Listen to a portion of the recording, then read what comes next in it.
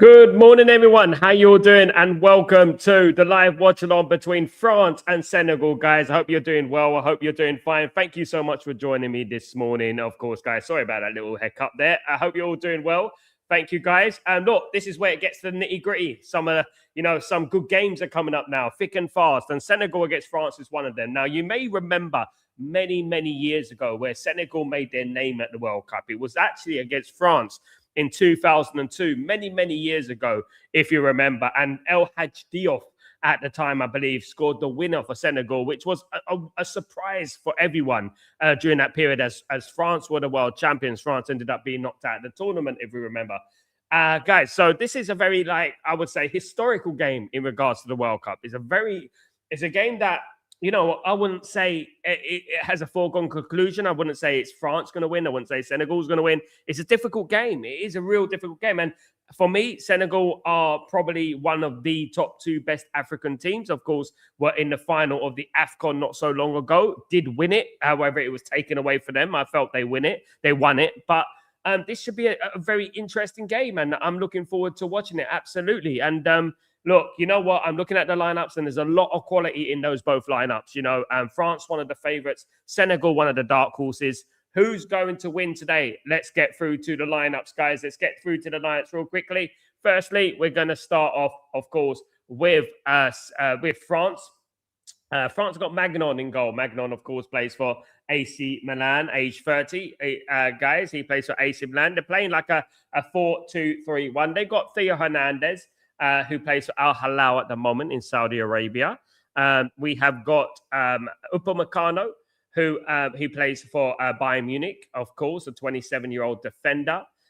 We've got Saliba, obviously the Arsenal player, had a good season for Arsenal, winning the league, 25-year-old centre-back, of course, guys, absolutely. And then moving on, we've got in the right back, we've got Koundé. We've got Jules Koundé on the right back, the 27-year-old right back, who I rate very highly. I think Man United should be looking at him and stuff like that. That is the back four. In regards to the two in midfield, the very experienced, reliable Adrien Rabiot. I actually thought he was older than 31. I thought 31. He's a little bit older than that. Goodness me. Milan at the moment. He plays for Milan, central defensive midfielder. He's alongside Tchouaméni. And we've got some big news about Tchouaméni coming up tomorrow, guys, on Breaking Dawn. But 26-year-old central defensive midfielder currently at Real Madrid, of course. In regards to the attacking third, we've got Desiree Doué, the left winger, the 21-year-old PSG superstar, as we know. We got Dembele, PSG superstar as well, 29-year-old Ballon d'Or winner, of course. And on the right, we've got Elise, who's had a fabulous season with Bayern Munich, signing from Crystal Palace, 24-year-old right winger. Up front, of course, none other than Kylian Mbappe is up front for France today. Of course, a 27-year-old Real Madrid striker. As for Senegal, we have Edouard Mendy, who plays Al Ali in Saudi Arabia. We have Diarte, Kreplin Diarte, Monaco, right back there. We have Koulibaly, of course, Koulibaly, formerly of Napoli, now at Al Hilal. Went to Chelsea briefly as well, the 34-year-old centre-back, once linked to Man United, as we know. We've got Moussa Niakite of Lyon, the 30-year-old centre-back. We've got Diouf, the West Ham United player, the left-back at West Ham United, highly talented player, 21-year-old, who I'm watching very tentatively in this game and in this tournament, of course. In the three in the midfield, we've got Idrissa Gueye, of course, of Everton, the centre midfielder, 36 years old now. My goodness me, time flies. Then we've got Lamine Camara, very talented midfielder. I'm looking at this. I'm on basically scout watch as well, by the way. I am scouting some of these players. Of course, Lamine Camara has been linked to Manchester United. We need a central midfielder, highly rated midfielder. Of course, be interesting to see how he copes today with the likes of Rabiot and Tchouaméni in that midfield. Papa Gueye of Villarreal, the 27-year-old centre midfielder, guys. Then we go up to the attack. We've got Ismaila Sarr, of course, of Crystal Palace, the right winger. We've got up front, we've got Nicholas Jackson of Bayern Munich. And then we've got Sadio Mane of Al Nassr FC, of course, who just won the league in Saudi Arabia, of course, for the first time in a while. In regards to the bench, we have Bryce Samba. Bryce Samba, of course, plays for Reims. Then we have the other goalkeeper, which is Robin Reiser, plays for Lens, who won the French Cup. Very talented young goalkeeper there, this one.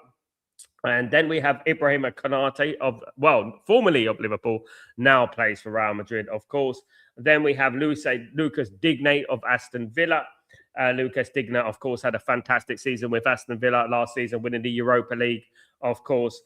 We have Lucas Hernandez of Paris Saint-Germain, a left back, can play centre back as well. Very talented 30-year-old player as well. We've got Malo Gusto of Chelsea. Surprising inclusion in the French national team, if I'm being honest with you, because obviously what happened with Chelsea this season was a little bit, not good for Chelsea standards, of course. But yeah, surprised he's in the lineup. He's on the bench. Maxence Lacroix, who had a great season for Crystal Palace, of course, winning the Conference League with Crystal Palace, had an amazing season. Obviously, that has attracted interest from various clubs around Europe. The 26-year-old centre back, of course. And we got Kudio Kone, who plays for Roma, of course. Fantastic central defensive midfielder. Manu Kone, otherwise known as a fantastic player. Of course, had a great season for Roma, been one of their standout players over the last year or so. And then we move on to N'Golo Conte, of course. Some may call him a legend. Still playing, still going strong at only 35 years old, young. Of course, a central defensive midfielder, central midfielder for Fenerbahce and formerly of Chelsea. Of course, World Cup winner, as we know. Ryan Cherky of Manchester City, of course, had a great season as well for Manchester City. I would actually think he was probably their player of the season, if I'm not wrong. I think he was, in my opinion. I thought he was a bit of an underdog for the player of the season this season. I thought he did well for Man City this season. Zaire Emery, Paris Saint-Germain, of course, the central defensive midfielder, right back. A very versatile 20-year-old, of course, very, very, very talented individual. Lots of talented players coming out of Paris Saint-Germain at the moment. Lots of talented players coming out of Paris Saint-Germain. Then we got Bradley Barcola, of course, who's being linked to all sorts at the moment. Man United, Liverpool are very interested in Bradley Barcola at the moment. Very talented attacker, of course. Not happy at PSG at the moment. Strange, that one. And we got Mateta of Crystal Palace. There's a time like, we got two players from Crystal Palace playing for France. What about that? Jean-Philippe Mateta, very experienced striker. At Kliush, who I believe is an amazing player, fantastic player, could be signing for PSG. I've always earmarked him as a potential signing for Manchester United. Can play left wing, can play attacking midfielder, can play as a striker. Very, very versatile player, guys, the 24-year-old. And then we get to Marcus Thuram, of course, of Inter Milan, the 28-year-old striker, who, is decent. He's decent, him. I would say, in regards to France, I don't think they've got many strikers, proper prolific strikers apart from Mbappe coming through there. But there we go. Marcus Thuram, Inter Milan, that is the bench for France. In regards to Senegal, we go up here. We go to Senegal. We got Morital, who plays for Le Havre in France. Guys, we've got Yelvin Diop, who plays for Nice. Guys, obviously Jim Ratcliffe's team. Nice almost got relegated. We got Abdoulaye Seck, who plays for Maccabi Haifa.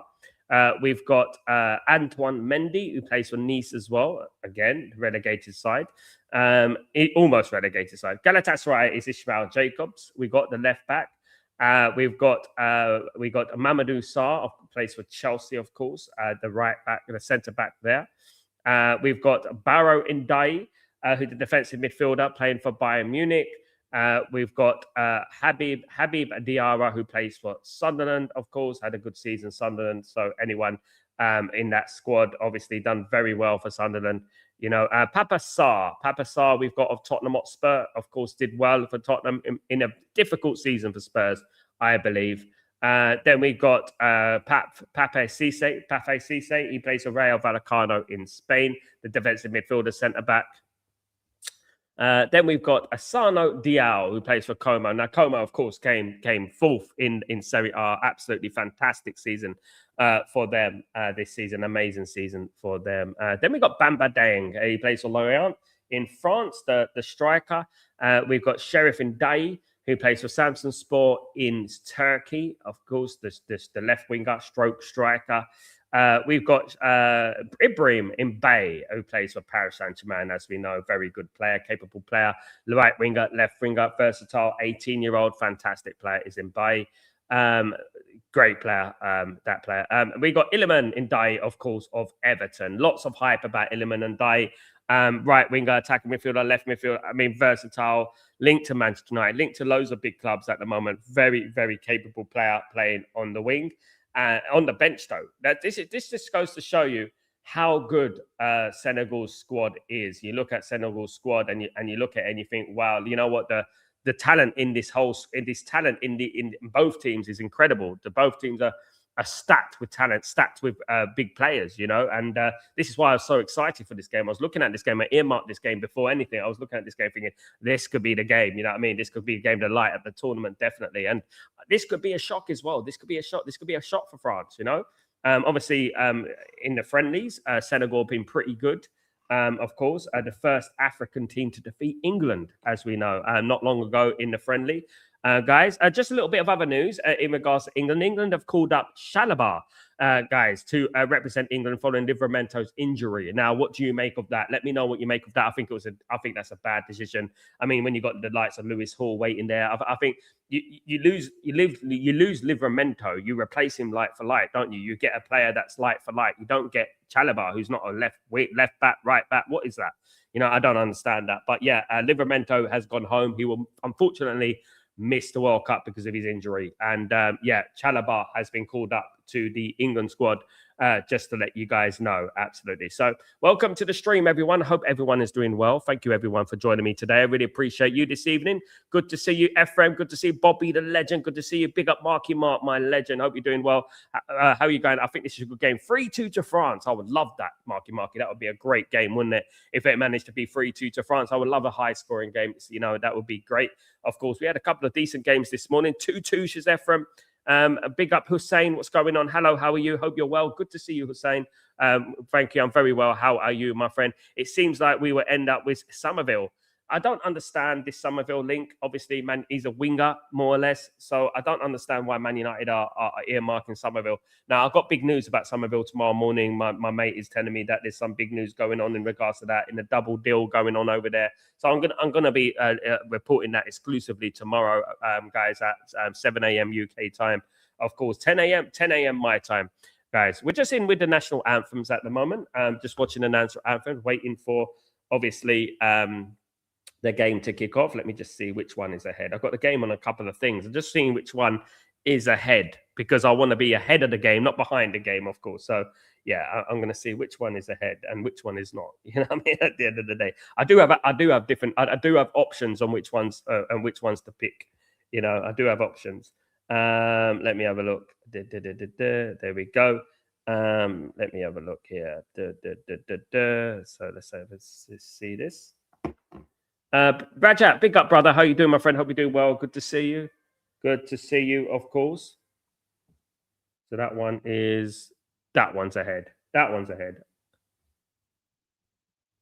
Yeah, that one's ahead. I got the one that's ahead. Fantastic. There we go, guys. Hope you're all doing well, guys. Don't forget to smash a like on the video. Rajat, it's probably it would be a great game going for 3-2. I hope so. That'd be a very, very good game then, Rajat. We're saying 100 million for both. Would you take it? For Fernandez and for Somerville, you mean? If it is 100 million for both, probably yes. I probably would take that. I probably think that would be all right. I don't think it's going to be that though. It's not going to be 100 million for both. It's impossible. They're going to be overpricing Somerville just like they're going to be overpricing Mateus Fernandez. They're going to overprice Somerville. Somerville valuation is, you know, touching 60 odd million. You know, so I don't think that's going to happen. I don't think we'll get him for 100 million. If we got him for 100 million, of course I'll take that deal. But I don't think that's going to happen. I think it will, for both of them, it'd probably go for 140 million for both of them, something like that. That's probably what it would go for.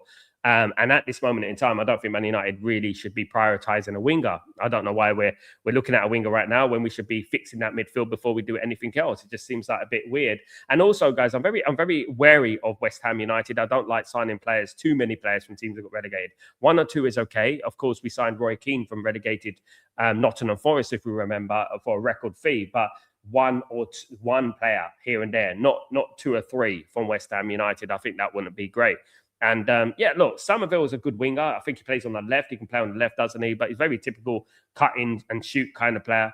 Do I rate Somerville? I think he's a good player, Ephraim. I don't think he's a well beater. I don't think he's elite. I don't think he's in the league of like other wingers out there that, you know what, Yan Diomande, Keenan Yildiz, Morgan Rogers. I don't think he's anywhere near in the league of those players. And again, it's mediocrity, isn't it? At the end of the day, he's a good player. Don't get me wrong, right? But for the price and everything, I think Man United should have priorities, you know, in my opinion. But yeah, if we got him for, like my guy said there, if we got him for 100 million, I don't think that'd be a bad deal. It'd be all right. You know what I mean? Both of them for 100 million, that'd be okay. But I just don't know. I've got my reservations. I've got my reservations about that deal. Would you rather get Ndai from Everton, or would you rather get Somerville, guys? Somerville played well the other day for France against Japan. It's a good chance to watch Ndai as well today. So we can sort of weigh them up and stuff and see who's the better. Obviously, Ndai might cost a little bit more money. The thing is that West Ham United are looking for money. They're looking to raise 100 million, isn't it? So they're going to overprice all their players that we're going to be linked to. They're going to overprice them and price them way out of the market. Do you know what I mean? So yeah, it's interesting to see, but I just feel like we're very one-dimensional with our transfer targets. I mean, this is just a typical link to Manchester United, Somerville, and I just feel like Man United need to be a little bit more creative in the market. I do, and this is just typical move. And one thing I would say to every single person here is that why are not any other clubs after Somerville? You know why? Why ain't there Liverpool, Arsenal, Chelsea, Man City linked to Somerville? And I always would look at that and think, because Arsenal and teams will be linked to Tonali, teams will be linked to Anderson, teams will be linked to Mateus Fernandes. Why are they not linked to Somerville? Yeah, I agree. Decent, but not a well-beer. Absolute Ephraim. Typical Glinius move. It is, Kenny. It's just, I like the player. Don't get me wrong, but it's a player that is not going to like absolutely sweep me away and think, wow, what a player, what a signing. You know what I mean? It's like, yeah. You know what I mean? Let's not forget we're in the Champions League next season. We got to have levels, guys. This is what we're talking about, And I just feel like we're going for easy targets. We're not going for like, wow, I'm surprised we got that player. What a signing. Do you know what I mean? Absolutely. Because we have a trash board. Absolutely. We're saying, look, at the end of the day, I want to see Man United scout in the World Cup. I want to see them being creative and finding a superstar. I like Nusa better than I like Somerville. Nusa, who plays for Norway, as you know, absolute world beater. I want him. Why don't we go after him? Why? Because he's difficult to get. And that's exactly what we're talking about at the end of the day. And there are better options out there, of course. Bobby, big up kickoff is underway, guys, in this game. Don't forget to smash a like on the video, guys. If you guys can do that, be as kind to do that for me. That'd be absolutely fantastic. Thank you, everyone who's joined me today on this game, guys, this evening. Really, really appreciate it, of course. I hate the Glazers so much, and I don't usually hate anyone. Yeah, look, what they've done to this football club is unforgivable. Do you know what I mean? At the end of the day. Marky, to me, he's like another Ahmad. We already have mediocrity. Let's get a well-being. Exactly, Marky Mark. We have to exactly this, because we have to look at the players and think, weigh them up and compare them to the players we already have. What's the point of buying a clone, a duplicate of what we already have? This is what I'm talking about. Cut and shoot merchant, basically. I just don't get it. I really don't. And let's not forget, West Ham United got relegated, right? Yes, you can sign players from relegated team. Like I said, we signed Roy Keane back in the day, as we know. Rest is history. You know what I mean? Here comes Senegal on the attack here. Cross comes in, headed away for a corner to Senegal. Senegal got a corner already. Theo Hernandez concedes the corner. Malik Diop with the cross there. West Ham United, speaking of West Ham, Malik Diop had the cross there, and it is headed out there for a corner. Well, good start from Senegal. Well defended, though. Well defended, of course. Don't forget to smash a like, guys, on the video. This is in New York City, Jersey Stadium, of course. We are here in New York City. Corner's going to come in from Senegal here. Senegal, very powerful big side, as we know from the AFCON. Those who join me for the AFCON, we know all about Senegal. Had a fantastic AFCON. For me, they won it fair and square, and I think they are the African champions. I do believe. I think they are. I don't think they should have taken the accolades away from them. Definitely not. Yes, so it's a corner to Senegal here. Let's watch this corner. And taken short, surprisingly. Then the cross comes in, cleared away there. Wait. Oh, so is it a foul? What happened there? Oh, come on, that was a little bit hard. The player, obviously Magnon in the French goal. Come on, that's soft. Come on, you can't be diving around like that. That's ridiculous. Absolutely ridiculous. You can't be diving around for that like that. Absolutely not, guys. Big up, Danny B. How you doing, my friend? Hope you're doing well. Good to see you, Ephraim. What's going? It is frustrating. So our owners obsessed with wage and cheap players. Exactly, Ephraim. New York ain't safe, especially with those New York Knicks fans. Oh goodness me, I know, mate. Mark, I wish we went back to the actual wingers on the left foot on the left and the right foot on the right. Absolutely, man. And watch Sesko score goals. I love Bruno, but he needs to stop doing so much. Isn't he? The 31? He's 31 now. Exactly, he's 31 now. And I absolutely agree with you, mate. I absolutely agree with you. Agree with you. We need right footers on the right, left footers on the left. You can have a little bit of variety. Maybe you can have one player that cuts in, but when you've got two players that cut in and you're like this sort of thing, when you go on the wing and you're like this, I just think like, it's just too predictable. We need, as you said, we need left footers on the right footers on the right, players that can cross the ball and contribute to helping Sesko score more goals, isn't it? Here come France. Well defended there by Senegal, but France come forward again. Koundé, no, it's a foul. It's a foul to Senegal. Rabiot's pleading with it. Hassan, does All or Nothing, a documentary, mean they will do some good business, if not embarrassness? It's not going to be to 2027, so I don't think it's going to directly affect the business that we do this summer. So it will be a year's time, which I'm not really interested in. To be honest with you, it's going to be probably 27-28 season. I in my opinion, I'm not against it, of course, but I would say this: I think it's too early to be doing All or Nothing. I just think Man United should be more prestigious than that. I just think that. I think we're a different football club to Arsenal and Tottenham. I don't think we should be doing All or Nothing and things like that. Call me a miserable sod, but at the end of the day, I just don't think Man United are a football club that does documentaries like that. Do you know what I mean? And that's what I would say. I feel like it won't help Michael Carrick at all. I really don't think it's going to help Michael Carrick, All or Nothing series. Anyway, it's here with Magnon. Big up fan, how you doing, my brother? I hope you're doing well. Good to see you. Stepped on his own, goes there, but foul for France. Exactly, ridiculous, mate. Sam, big up, Sam. How you doing, Manchester United fan? Staffy, who does straight facts on Fridays with Terry Fields, is a Knicks fan. Don't really care. Don't really care about Knicks or basketball. I only care about Man United. You know what I mean? I know of him. You know what I mean? I've been on the channel with him. I've been on a show with him. I know of him, but yeah, no, not really interested in Knicks.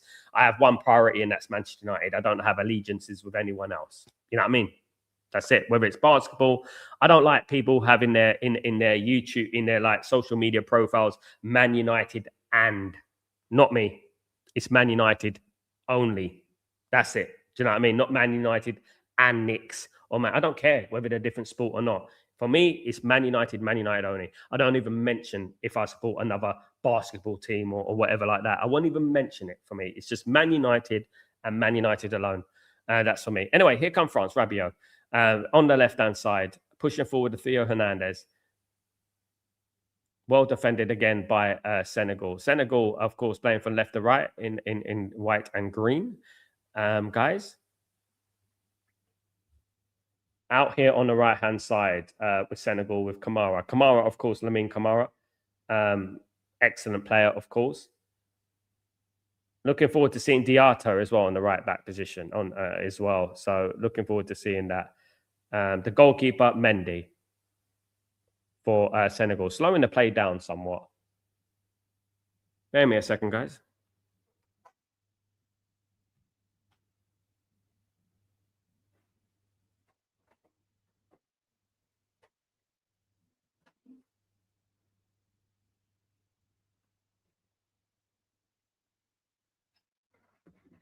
Chance for Senegal here. They're in the French box. There.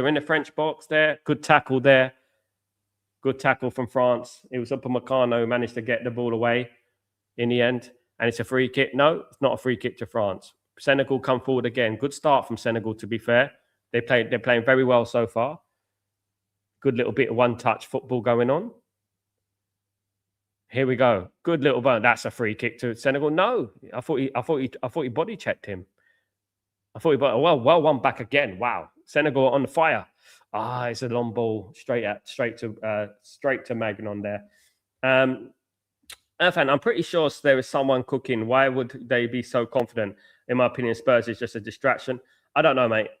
Spurs, I don't think Spurs is a distraction. Definitely not. Not with the De Zerbi and Brescia links and the friendship links between them. You know, I'm not saying nothing's cooking in regards to them, because you'll get disappointed, mate. You would end up with a sandwich. Shot from Senegal? No. I thought it's for next season. No, it's not next season. 2027. I'm so happy for Amorim. I hope he does well at AC Milan. And don't we have a friendly against them? Yes, we do. We do have a friendly against them in the summer. We do. I think it's in Rosenborg, actually. We have a ground. That's going to be interesting, isn't it? Very interesting indeed. Look, I don't get this hatred for Amorim. I've seen a lot of people who so-called Man United fans saying they're going to do hate-alongs next season for AC Milan. Are they weird? Are they just mentally deranged? Do they not understand the class that Man United have? You know, and they're talking about doing hate-alongs already next season. They're absolutely pathetic, in my opinion. People would say that they're going to be doing that, absolutely. Big up. And Tonali don't want Chelsea Carrick. I don't know. Carrick loves Tonali. I know that. But yeah, it is obviously up to Tonali. If Tonali would rather miss out on Champions League and play for De Zerbi, isn't that a bit damning to Manchester United? Do you know what I mean? Absolutely. English football fans should have first say on how their football club is run from top to bottom, like the Bundesliga. 50+1, yeah, it's never going to happen, though, because the football club's owned by billionaires. I agree with you. There should be a new model in regards to the Bundesliga level model. I like that model. However, it's going to be very difficult to implement. We used to have something similar, not anymore. I do believe the majority of the football club should be owned by the fans. Absolutely, it should be, because the fans are the life and soul of the football club. I believe so. I do believe it should be owned by the fans. Let's go Senegal. Come on, Neil. Big up again. Amorim outers are virgins. That's about it. I mean, they are, mate. I mean, all right, it's over now, isn't it? It's over between Amorim and Man United and stuff like that. But come on. I mean, I'm hearing people say they're gonna do what hate-alongs for Amorim. Come on, get a bloody life. Goodness me, crying out loud. You know, it's just pathetic. I mean, so people, you know, can I just say something, guys? People just like clones, you know? They're like clones. They're not original. They're so predictable. It's almost like a cardboard cut. It's like I've got a bunch of people, Madame Tussauds. You know what I mean? That's what they are, basically, Madame Tussauds. You know, just copy each other. I'm going to do a hate-along. Oh, that's original. You know what I mean? And I'm going to do a hate-along for Amorim. I'm like, why are you going to do a hate-along for Amorim? He's at AC Milan now. Move the F on. This is Man United. Why are you crying about it for? He actually done a lot of good for Man United. Ask Bruno. Ask Barada. Ask them what they say about Amorim. They're ridiculous. Big up, Mandem. How you doing, my friend? Hope you're doing well. Good to see you, my friend. This is a physical game. Whoever wants it more will win likely. It's a difficult game, definitely. It is going to be a physical game. Two very similar sides in regards to this. Of course, France, I would say. I watched France the other week. They were playing against Ivory Coast. And I didn't think France played particularly well. They lost at home to Ivory Coast. Could this be a similar team, the similar type of game? You know, I think France are full of good individuals, but as a team, I don't think they're there. Mark him up. Amorim had us at the same spot when Carrick came in. Carrick isn't trying to change the culture. It's vibes to see. I hope for a big change, but I expect the worst from the board. This is the problem, isn't it? Anyone who comes into the football club, Mark, it's no detriment to what Carrick has done. He's done a good job. But you know what I would say is that anyone who comes into this football club is going to struggle because of this board. And I think this is where the energy should be targeted. It should be the board. The board, number one, is where it should be targeted. You know what I mean? Hussein, he will suit the Serie A because of their clubs play free at the back, so they were familiar with it. The thing is, he doesn't really play free at the back. You know, at the end of the day, he transitions. And this is where people didn't understand it. They don't really analyze football properly. He starts with it and then he transitions into a 4. He would do good. If he does well at AC Milan, he's going to be deemed a world-class manager, because AC Milan haven't won nothing in years. You know, so if he goes there and succeeds, we're going to look like mugs. Here come France, cleared away by Senegal, throw into France. Mbappe was almost on the end of it. After watching the Brazil pull off a draw against Morocco, I'm confident in Senegal. Yeah, Senegal, a very good team, Neil. Magnificent team. Mandem, I've been playing. I've been having reservations about Tuchel and his squad selection, but I see people are so feeble when I mention it. There's red flags which I'm seeing for sake. I hope he knows what he's doing. I don't understand what he's doing, Mandem. I really don't. If Livermento's injured, fair enough, he's injured. Then bring in Lewis Hall, bring in someone else, someone like that. You know why? Bring in Luke Shaw. You know. Like for like, you know, why are they bringing in Chalobah? I don't understand it. I really don't understand it. What's Chalobah? Chalobah's not a right back, a left back. I don't understand it. I mean, man, you know, I mean, or if you don't want to bring him in, bring in Adam Wharton or bring in, you know, someone, an attacking player or something. I mean, Chalobah, how underwhelming, you know, unbelievable. Senegal have a point to prove, especially after the controversial African final. Absolutely. Stephen, big up. That France front three is insane. It's all names, though, with France. And that's what I would say. It's just names, you know. Yeah, I know. It's just names for France. That's what I said. France are an individual team. They're a team of individuals. And I don't get too excited about names and things like that. I get excited about teams, you know. Marky Mark. Exactly. It's the board that needs to go. We need a full sale. They are killing our history. Absolutely, mate. I mean, this is exactly what we needed from the beginning. Here come France, straight through to the goalkeeper, though, Mendy. Yeah, it's almost on the plate for Mbappe again, guys. Almost on the plate. Yeah, yeah. Obviously, France have quality. I think they have quality. I don't think they're unbeatable, though, just like we proved. But the more I watch this French team, the more I realize they need someone like Paul Pogba. They're not a team. That's what I would say, JDC. They're a bunch of individuals. And if those are people who joined me for the Ivory Coast game in the friendly, about a week ago, 2 weeks ago, they were defeated in France. And yeah, they've got a lot of holes in their team. I don't think necessarily it's Pogba the problem. I mean, Pogba, what's happened to Pogba since he left Man United? You know what I mean? So I just feel like they're not a team. This is why they play Rabiot and people like that, you know. I actually think they miss like Kante, when a young Kante in the team, you know, someone like that.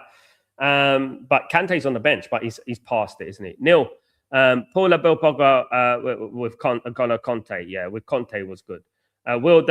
Conte was the main man. I think they need him. Will the Glazers sell the club in the next 2 years? For me, no, Hassan. I would never say they're going to sell the club, even though I would love them to sell the club. I don't think they're going to sell the club. No, at this moment in time, you know, we could be here for a very long time, guys. You know, it's almost like, you know, the fan base are too soft, mate. I'll be honest with you. We're too accepting. We're too easily pleased. We're not intimidating. You know, all a lot of the fan base are some big mouths on social media. That's all they have, you know, at the end of the day. You know, guys, you know, this is what let me give you an example of what Man United fans do. I would write a tweet about how watching these games at a certain time, you know, it's good. Now, you know, the World Cup, I would write a tweet, something like, watching games at 2 a.m, it's good to experience it, and it's good to understand how difficult it is for the fans around the world who have to get up that time every single week to watch the dire football that Man United was supplying over the years. And then, you know, these top reds come on and they're starting like, well, you're in Abu Dhabi. What do you know about the, you know, I'm a season ticket holder. This is what they're like. This is where I'm talking about something nice, about complimenting the international fan base, about, you know, waking up early in the morning to watch Man United, comparing it to the World Cup. Obviously, I was just bringing it in reference to the World Cup. And they come out with things like this. This is where their energy goes, guys. It goes on little bitching, on, you know, 40, 50-year-old people online bitching. That's what they do. It's like, get your head out your bloody arse. You're the big problem, right? You are the big problem, because all you can do is do a little march with your little flag and not do nothing else.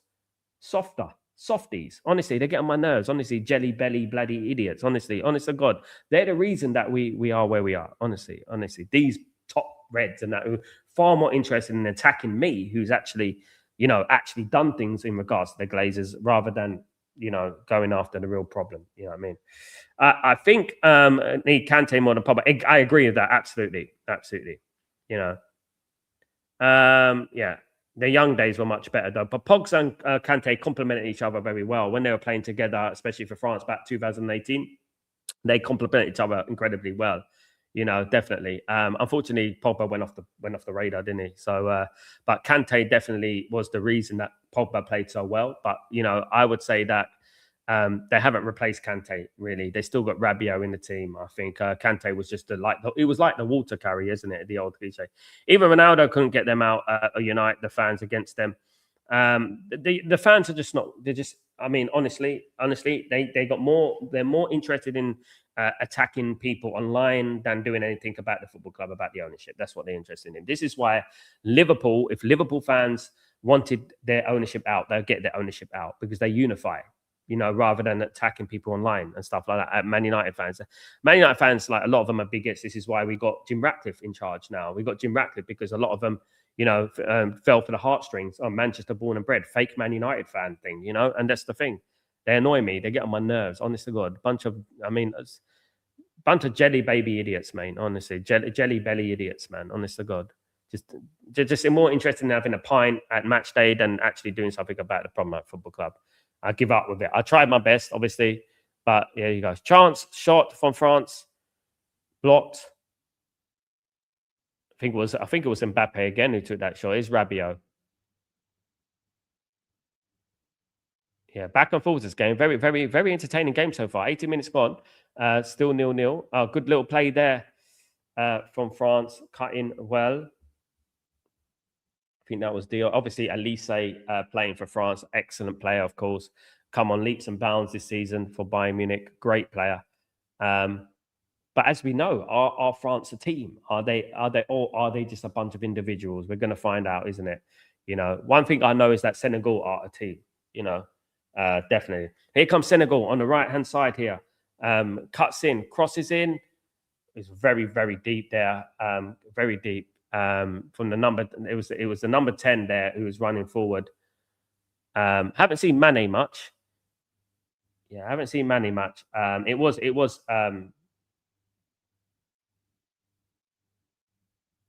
yeah, that was a wild cross there from the number 18 there, Ismail Sarr. Yeah, France though. France here with Saliba. Saliba to Upamecano. Upamecano passes that out wide to Elise. Elise with the ball here. France playing 4-2-3-1 today. Very popular formation these days. A lot of teams do play that formation. Rabiot. France playing patiently here on the right hand side. We've got Elise. Doué. It's in the midfield now. Dembele. On the right hand side. Elise running onto it. Is that going to be a corner? Yeah, that's a corner. That's surely a corner to Senegal, to France. Sadio Mane conceded. It was Jules Koundé who was running forward there. But it's a corner to France. Sadio Mane giving away the corner here in New Jersey, to be exact. Corner to come in here. Another corner to France. Corner comes in. It's going to be a goal. It's going to be a goal kick. Hassan, exactly. Do you remember the woman who said to Syed to enjoy the atmosphere? Yeah. That's all they care about. They don't care about the real problem at the football club. And you know why they do that? You don't need to explain it why they do that. We know why they do that. Why didn't they want Qatar? Don't tell me about, these virtual signaling nonsense. We all know why they didn't want it. And Hassan, I know why they didn't want Qatar. And they don't, I mean, they couldn't make it any more obvious. They expose themselves. United Mandem, choose your selection is basically trusting, bruv. Do you know what I would say, Mandem? You know what you do. In management, you reap what you sow, isn't it? Especially as an England manager, you select the squad, and the squad has to deliver. If he doesn't deliver, he's going to be questioned. Definitely, I think if England foul this tournament, he needs to be sacked straight away because some of these decisions that he's made are very, very controversial. You're looking at Adam Wharton, Morgan Gibbs White. You're looking at Obviously, Lewis Hall, another one who didn't go. Cole Palmer, another one. And you're thinking about where's the creativity coming from at England, you know? And then on top of that, all right, Livramento gets injured, and you pick Chalobah. Chalobah's had an awful season. Why is he getting picked for? I don't understand. You know, my goodness me. I mean, it's crazy. Let me just have a look. There's some Ornstein news coming out here. Let me just have a look. I don't know if I've read that one. Yeah, I read that one. Yeah, Tottenham are making moves. They've already agreed a deal with Brighton to sign Van Heck. They've already agreed a deal to sign Van Heck. Corner to France. Mbappe takes the corner quick. Elise here on the left-hand side. France running here with Mbappe, cuts in. Ball's out there, tries to shoot. They lose the ball. Senegal defend well there. And now Senegal could be on the attack here. Senegal on the attack in the central midfield. He's got Mane on the outline. I think that was the wrong ball, to be honest with you. Well defended, though. Well, good athleticism from France there. Upamecano, good defending for France. They're already making moves, Tottenham. You know, this is what we're talking about. You know, Tottenham Hotspur making moves, and we're just here, like, you know what I mean? Yeah. Look, you know, so it's, you know, this is what they do, though, isn't it? Priorities. Yeah, we know. We also dare to say Sheikh Jassim Home wasn't a real person. Yeah, and what, you know, where's the apology, by the way, Hussein? Because he was proven to be a real person at the World Cup Championship, because he was there taking selfies with people. You know what I mean? And this is what we're talking about. This is the bigotry that is in this fan. They should be coming out and saying, "I apologize." Even Jim Ratcliffe, because Jim Ratcliffe said, "I don't even know if he exists." Absolute awful. You know what I mean? That is what we're talking about here. That's the sort of people we're dealing with. Nobody's come out and said, apologize for that, you know? People need to call out Flawless and Rant and their bans to Side TV for not calling out the Glazers and Ineos ownership. Look, at the end of the day, I have no responsibility for what they do with their platforms. One thing I would do is I would do me, Sam, and I would always call them out. You know what I mean? It's up to anybody else. Anyone else they can do what they like with their platforms. You know what I mean? I support Man United, so I'm going to call out the biggest problem at the football club is Ineos and the Glazers. That's what I do, because I believe they are the biggest problem at the football club. It's not players, it's not managers, it's not Carrick, it's not Amram, it's not, you know, guys, you know. But at the end of the day, look, here comes Senegal, though. Good attack from Senegal. Have they got a chance? Shoot. Good save from Magnon. It was Nicholas Jackson there on the attacking side. It was a good save from Magnon, though. Well played from Senegal. Well played. Look, in regards to Said, I've got a lot of time for Said, right? Said is I've been on his channel recently. You know, we haven't always seen eye to eye, but we're generally we're on the same page in regards to a lot of things, in regards to supporting the manager and things like that. Of course, there are people like, you know, who don't want to call out the Ineos or the Glazers. It hit the post. It almost went in. My goodness me. It ended up coming off. It wasn't a save, actually. It came off the post and it rebounded off Magnon there. It was so close. It was so close. Yeah, good counter attack, though, from Senegal. Corner going to be taken for Senegal. Tchouaméni's defending in the box, of course. Good to watch Tchouaméni today. Of course, I've got some big news about Germany. I'll be honest. Anyway, cross comes in. It's a good corner, but it's gonna go out for a French throw-in. He's a content creator, Kenny. A content creator. He's on Hussam's channel sometimes. Right, we got a hydration break, mainly in a commercial break here. It's ridiculous. This woke nonsense, but yeah, we got a commercial break. Not a hydration break. I call it a commercial break, guys. That's what I call it. Do you know what I mean? Yeah, look, you know, every single Man United fan's priority should be having a full sale of the football club, getting the Glazers out of the football club. That should be the priority of every single Man United fan everywhere. You know, Hussam, I don't think they want to do anything, but I think they are surrounded to the fact that no one can change anything, which is wrong. The problem is Man United, Hussein, we're not, as I said earlier, we're just not intimidating and scary enough. we are accepting and we get happy over little things. We get in the Champions League, we're happy, and we forget about the Glazers and we forget about Ineos. That's what we do, And unfortunately, I would always bang the drum, always be on their back every single show. I'm on their back, whether it's in the morning. I'm always on and on about Ineos and the Glazers. Unfortunately, some people have big platforms and they don't want to call them out because obviously, I'll be honest with you. I'll be real with you guys. A lot of the time, some people with big platforms, they get benefits from not calling them out and backing them up and stuff like that. That you blackball yourself from the football club in regards to press conferences and tickets and things like that. And there are some people who actually glaze the Glazers and Ineos, which is like to the point where I'm like nauseating. It's disgusting. Some of them, have massive platforms. Do you know what I mean? At the end of the day, but one thing I would say, and I think every single Man United fan would agree, is that if they do not supply this summer, if they do not get the transfers this summer, right? Well, okay, let's give them the benefit of the doubt, right? Let's give Ineos the benefit of the doubt. Let's say we didn't qualify for Europe last summer. It was difficult to get players in. Let's work on that. Okay, so this summer we're in the Champions League. We've got no excuses. Tottenham Hotspur are doing deals. Right now, Tottenham Hotspur's team is getting slowly creeping up an arse.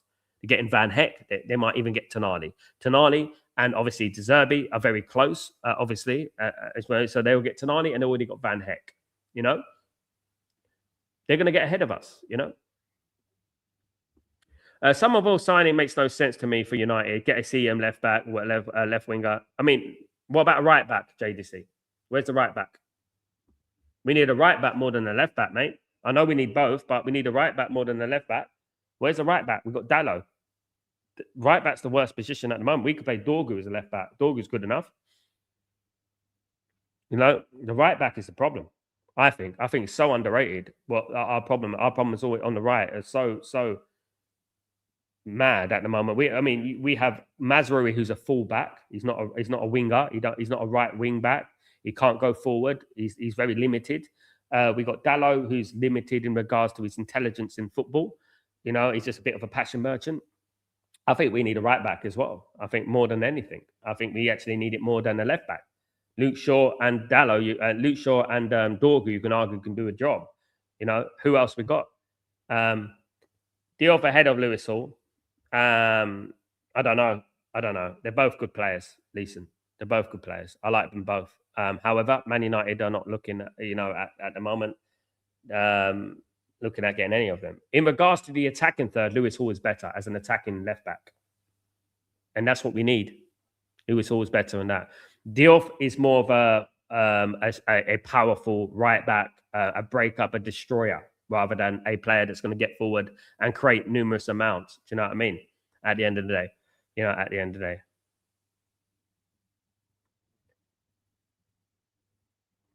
Current left back, who I think should not play for left back for United ever again unless tragedy strikes. Yeah, we got Dorgu. He could play there. Exactly, Tyborg. No one gives a shit about good high fives in it. Dallo. That's what he is. High fives. High fives FC. You know what I mean? High fives FC. I don't think we can look at any player, JDC, and say we're certain to sign him, because the way that Ineos are acting at the moment, I ain't confident. I won't come in and put my mortgage on it that they're going to do this and they're going to do that. We're linked to a lot of players. Here comes Senegal. Chance for Senegal here. Jackson shot. It's a poor shot in the end. Slipping as he shot there. He slipped as he shot there. Yeah. He's both, JDC. He's both. We signed him as a left back, mate. He plays excellent as left back. We just got short memories. We can't remember. He played excellent as a left back. He's an excellent left back. People just don't remember what he was doing at left back. We moved him to left midfield, and he's good there too. He can play both. He can do both. He can act as a left back and a winger at the same game. That's what he does. He's that good. We just at the end of the day. Man United have a link to him. However, Newcastle United are going to dig their heels in, Marky Mark. Absolutely. We need a right back more than a left back, in my opinion. And I don't know why people are low IQ not to see this. It's unbelievable. The football, look at it. Look at our right back situation. It's ridiculous. Hussein, I don't agree with most of Goldbridge's opinions, but I respect that he stayed consistent. He's been against both the Glazers and Ineos since he started his channel, and he hasn't changed his stance. Yeah. me and Mark Goldbridge, obviously, we have similar opinions. We don't agree on everything, but we have similar opinions. And he's real. He's real. At the end of the day, he calls out the Glazers. Even though it can harm his channel, and he calls out Ineos and he calls out the problem. Yes, there was obviously when Ineos took charge of the football club, we all had to say, well, we have to get behind them and see what they can do. But I think we've seen enough. I think we have seen enough. At the end of the day. Tyborg, I feel they will be 3 players and not more, but really we need it at least 6. Dorgu's everyone's a left wing back, JDC. If you know about Manchester United, if you know the history of Man United, there's no such things as a left back. If you know the history of Man United, there's no such thing as a left back. Was Dennis Irwin a left back? Was Gary Neville a left back? No, they're a left wing back. You don't have to play a left wing back system to be a left wing back. You know that. You don't. So that's what Dorgu could be. He can work on both. We don't need to be so absolute in what our feelings are. He can play left back. He can play left wing back at the same time. And I knew who Dorgu was before you even knew his name. And all this community know when I was calling that Dorgu. People were like, who's Dorgu? Who's this guy? You know what I mean? So I know what he's all about. Footy Judge Mo said for a while he would take Diego Dalot at Inter Milan. Yeah, because Inter Milan are shit. Tim that. I would love to play Inter Milan every week. We'll win the league. Inter Milan are crap. Listen, I got Italian roots, and I know that Serie A is rubbish. Do you know what I mean? At the end of the day, it's rubbish. And I mean, look what Arsenal did to them. You think Arsenal will do that to Man United? You know what I mean? Ridiculous. Michael Coyote would be my choice. A good player, mate. Michael Coyote, the right back. You know what I mean? It's a good player. Yeah, he's a good player. Brentford player. Yeah, I wouldn't mind that. My only concern is Marky Mark, is that what Man United need is someone who can get forward, you know what I mean, contribute towards the final third as well, and supply. That's what, for the strikers and stuff. Clearance for Senegal here. France, 0, Senegal, 0. We have about 33 minutes on the clock. Kind of cancelling each other out, to be honest with you, in this game. Kind of cancelling each other out, to be honest with you. And Senegal are doing well, though. I would say Senegal are edging it at the moment in this game. I think they're playing incredibly well. Long ball here, out wide here on to the right back here, guys. Diatta. Diatta. Yeah. It's a poor touch in the end. It goes out for a goal kick to France.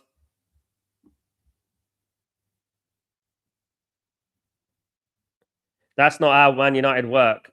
Both should be offensive and defensive, mate. Both, not exclusively. Look at Gary Neville. Look at if you want to be. Listen.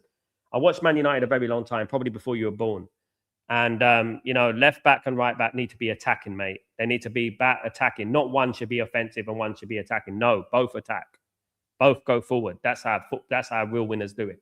You know what I mean? That's how PSG do it. That's how everyone does it. You know what I mean? No, let's not making excuses, trying to add narrative, to it. Senegal is playing very well so far, but it's not really a surprise to me. Yeah, they're a good team, mate. They're a good team. They're a good team. I've always said, one of my dark horses in the World Cup, Morocco, Senegal, definitely in regards to Africa, those two teams. Yeah.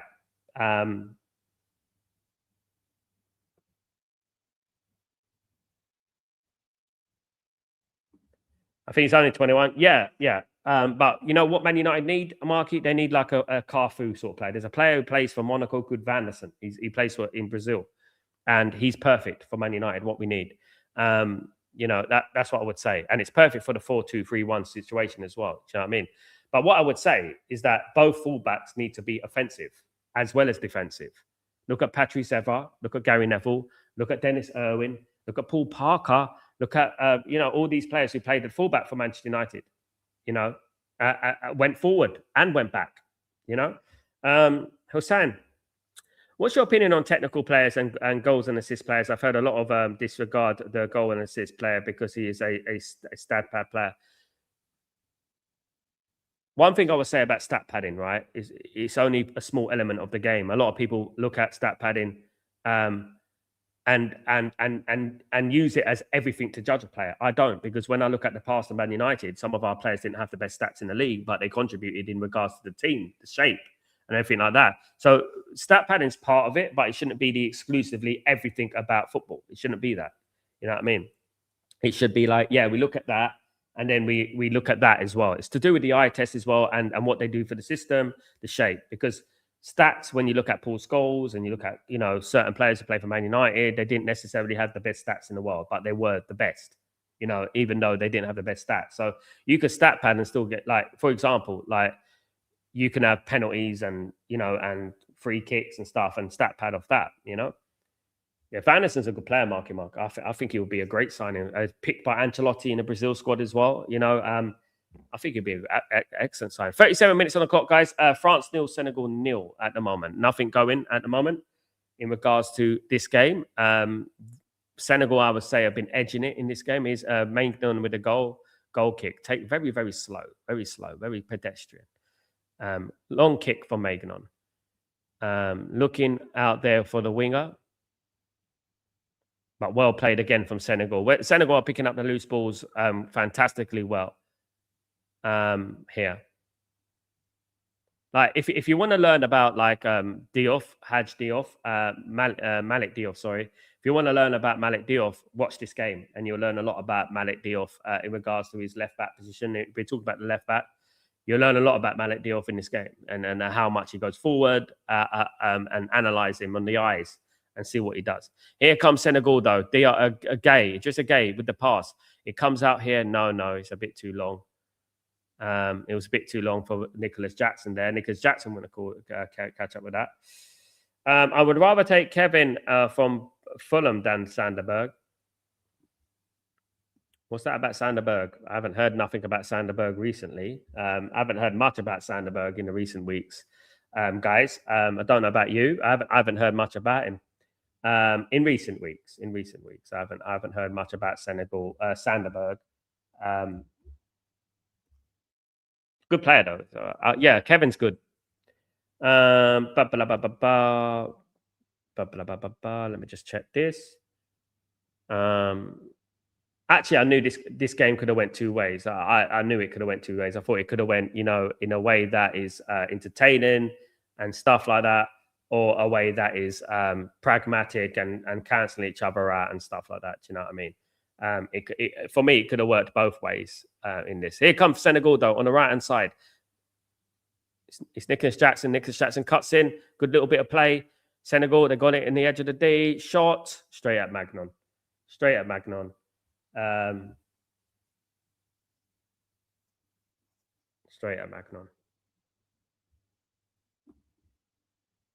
JDC, I want us to go for Endrick, in my opinion, these top 3 players in the world in the next 5 years. I agree with you, JDC. I absolutely agree with you on that one. I agree.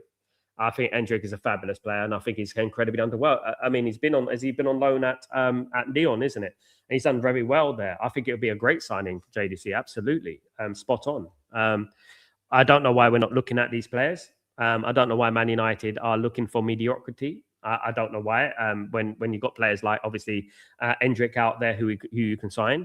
We're looking at Somerville. You know, I don't understand it, mate. But I agree with you, JDC. Absolutely. Greg, what's going on, my friend? Hope you're doing well. Can you know what you have before seeing the new players interacting together with your team? Sal, can you know what you have before seeing the new players? I don't get what you mean by that. What do you mean by that? Sal, can you know what you have before seeing the new players interacting together with your team? I don't know, mate. I don't know what you mean there. That's a riddle and a half. That one is, Greg. Sam, Sanderberg would be more of a squad player, Manchester United. Yeah. Senegal playing really good football, but they need a high right position in the front third. I agree. They're a very good football team. Best in Africa, I think, alongside Morocco.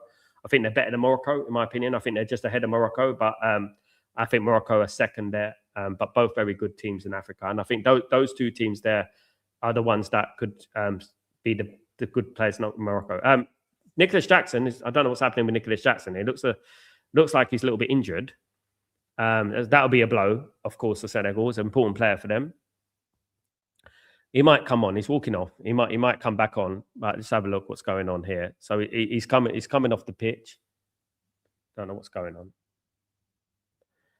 I have no clue why United want Edison. Well, I feel Ineos will fuck up the transfer window and claim we don't have enough money. Such a shame. They will make all the excuses under the sun, mate. Leeson, they're going to make so many excuses. Watch out for the excuses, Leeson. Watch out for it. You're going to see a lot of excuses coming up this next few weeks as to why they couldn't do this, as to why they couldn't do that. Now, it's a real possibility that 2 of the 3 elite midfielders that we've been linked to could be gone. You're talking about Tonali to Spurs, unbelievable, embarrassing, right? And you're talking about Anderson to City. Two of the elite players there could be out the door. You know what I mean? Absolutely. Greg, can you ever know if a new player will work with your team prior to seeing them together? Yes, of course you can, because ultimately, what you look at professionalism, you look at habits, implementations. You look at that. You look at what their lifestyle is like. This is what Alex Ferguson used to do. Alex Ferguson, before he would sign a player, he would invite a player, and his family to dinner, and he would get to know them personally. What if they're married? What their personal life is? What their hobbies are? What they like to eat? What they do in their spare time. And he would get to know that, and then analyze that player, and if he's right for his team. You can do it like that. And obviously, professionalism can fit into any team. If you're professional, if you're hardworking, if you're disciplined, if you have a good character, chance for France, good free kick, cleared away well by Senegal. If you're disciplined, if you've got a good character, you generally have a good player there. I mean, that's all you need to look for, really. Discipline, good character, good personality, hardworking. That's it. It's going to fit in my team. Yeah. There's nothing more you look at, isn't it? And that's why Alex Ferguson used to get to know players before he signed them.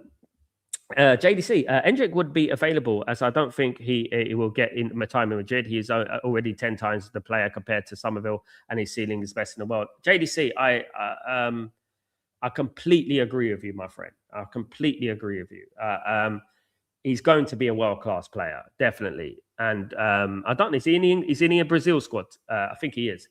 Yeah, he is in the Brazil squad. I completely agree with you. If he gets consistency at a team like Man United and starts for a team like Man United, I think he will turn into a brilliant player, especially, at a big club at United. Corner for France, straight at the goalkeeper, Mendy, well held for Mendy. There. It was Elise. Was it Elise who took the corner? Elise's taking the corners for France.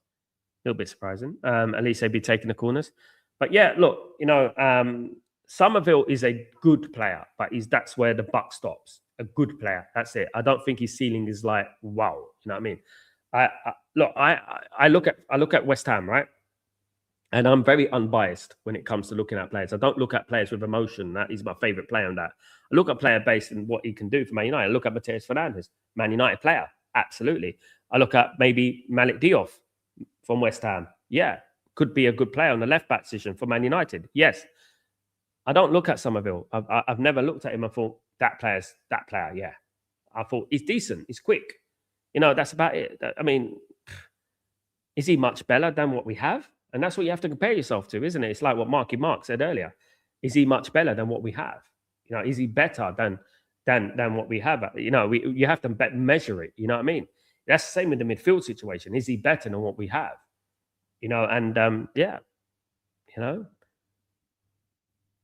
you always have to compare to what you already have. You always have to compare to, the players we've got already. And we don't want to be just signing any player for the sake of signing any player and waste money. One thing I would add in Somerville's court is that Somerville is a natural winger, right? He's a natural winger who can play a winger. We can argue that Cunha isn't a natural winger. Maybe that's why they want to bring in Somerville, But then I look at Man United and I think, well, we've got JJ Gabriel coming through the ranks. We've got a few players coming through the ranks who are going to be fantastic for us in the future. 6 minutes of added time here because of the bloody hydration break, guys. So this game is filtering away. Not the most entertaining game in the world, but yeah, it is competitive. That's for certain. Absolutely. France 0, Senegal 0 at the moment in this game. Yeah, I think Senegal have been slightly the better side. Nothing in regards to chances, to be honest with you. No, they're really cancelling each other out. JDC, there's reasons West Ham got relegated, and not every player is hidden gem. Only a player I find one West Ham, Mateus Fernandes and Diop. 100%, JDC. I can't disagree with you. It's 100%. Yeah. Look, Somerville's a good player for the likes of Spurs. You know what I mean? That's what he is. He's a Spurs player, right? But Malik, you can see with Mateus Fernandes, you can see with Malik Diop, especially Mateus Fernandes, you can see that they're proper players. It's like when Roy Keane signed for Man United when he left Nottingham Forest. It's like when that happened, we signed him for a record fee and Nottingham Forest got relegated. You know what I mean? But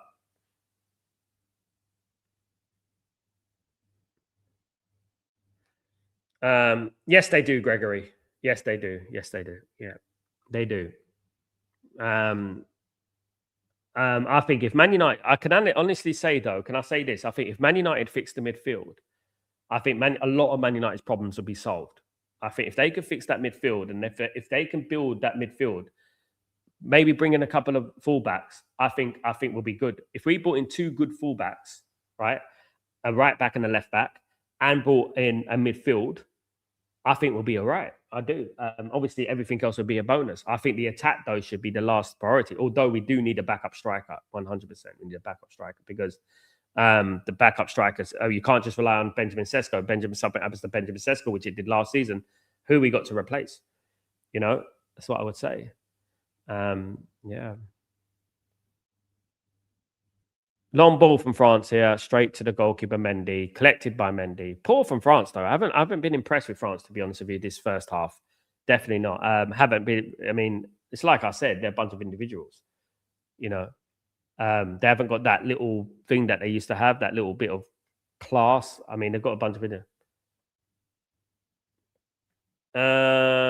What do you think of Doué's brother at right back? You mean, yeah. I haven't seen much of him, if I'm being honest, mate. I haven't seen much of him, but I would take anyone at right back other than Dallo because I think Dallo is very highly overrated. I think that Dallo. What the thing with Dallo, right? Dallo has a good attitude. He's the best. He has the best attitude. He has the best professionalism. Always fit. You know, but it's just talent, in it. He's just not got the talent, I think, and he's a good lad. But obviously, I'd rather him be an absolute wrong un than be a good lad, and I'd rather him be a good player. That's what I would rather, you know. Oh, that's a poor cross, that one. Goodness me. Was that Jules Koundé? Yeah, it was Jules Koundé. It was a very poor cross from him. Mbappe gave him that look like, what the hell is that? Anyway, Diarra, who I like as well. Diarra is a good player who plays for Senegal and right back. Yeah, cleared away. But you know what? You know what? This is a perfect opportunity for Man United to scout, isn't it? It's a perfect opportunity for Man United to go out there and find some players. You know, whether they'll do that or not is another story, isn't it? Do you know what I mean? It's frustrating, isn't it? It's really frustrating. United are frustrating. The board is so frustrating. United needs to acquire at least one centre back with Diego Maguire being slow and Leacher as well. Injury problem. De Ligt is not slow. De Ligt is quick. It's just injury prone. De Ligt is very quick. Have you seen De Ligt run? He's one of the quickest defenders in Europe. It's his injury problem, which is the problem. Which is why I would say yes, we need one striker, but one more defender. But yeah, De Ligt is quick.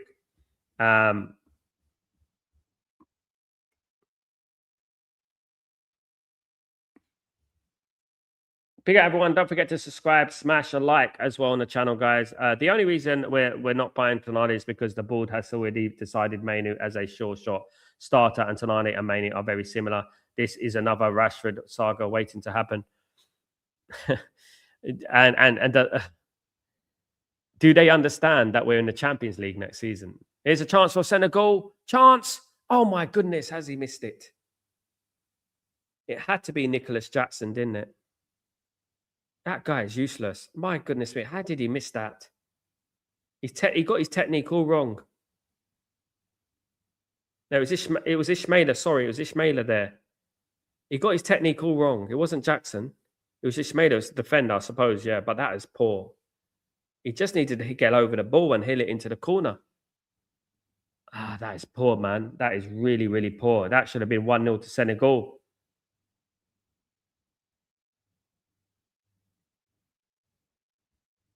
That should have been 1-0 to Senegal. My goodness me.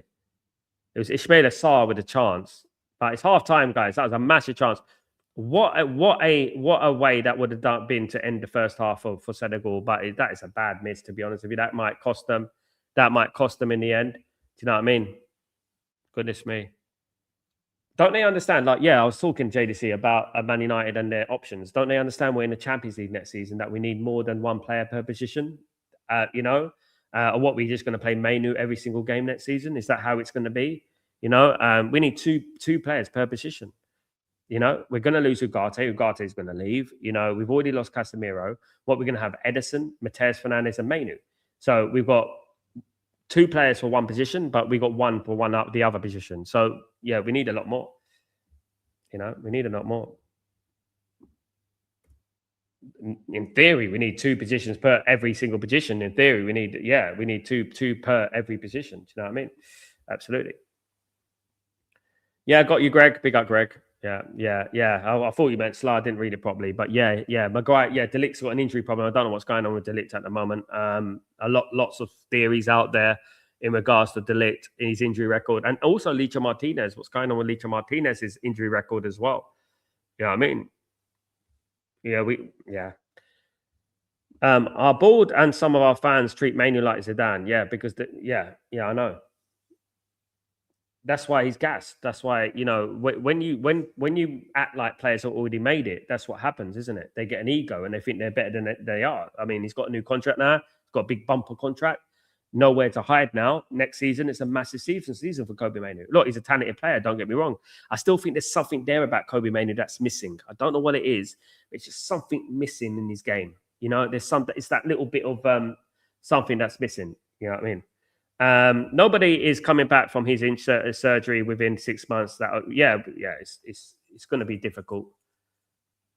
And you know what? To be honest with you, I had a Bayern Munich fan who came on this channel before we signed De Ligt, and he warned me about De Ligt. He said De Ligt is injury prone, and obviously we were quite lucky for the first season that he didn't get really much injuries. But now we're starting to see the actual facts about his injury record and stuff like that. Do you know what I mean? And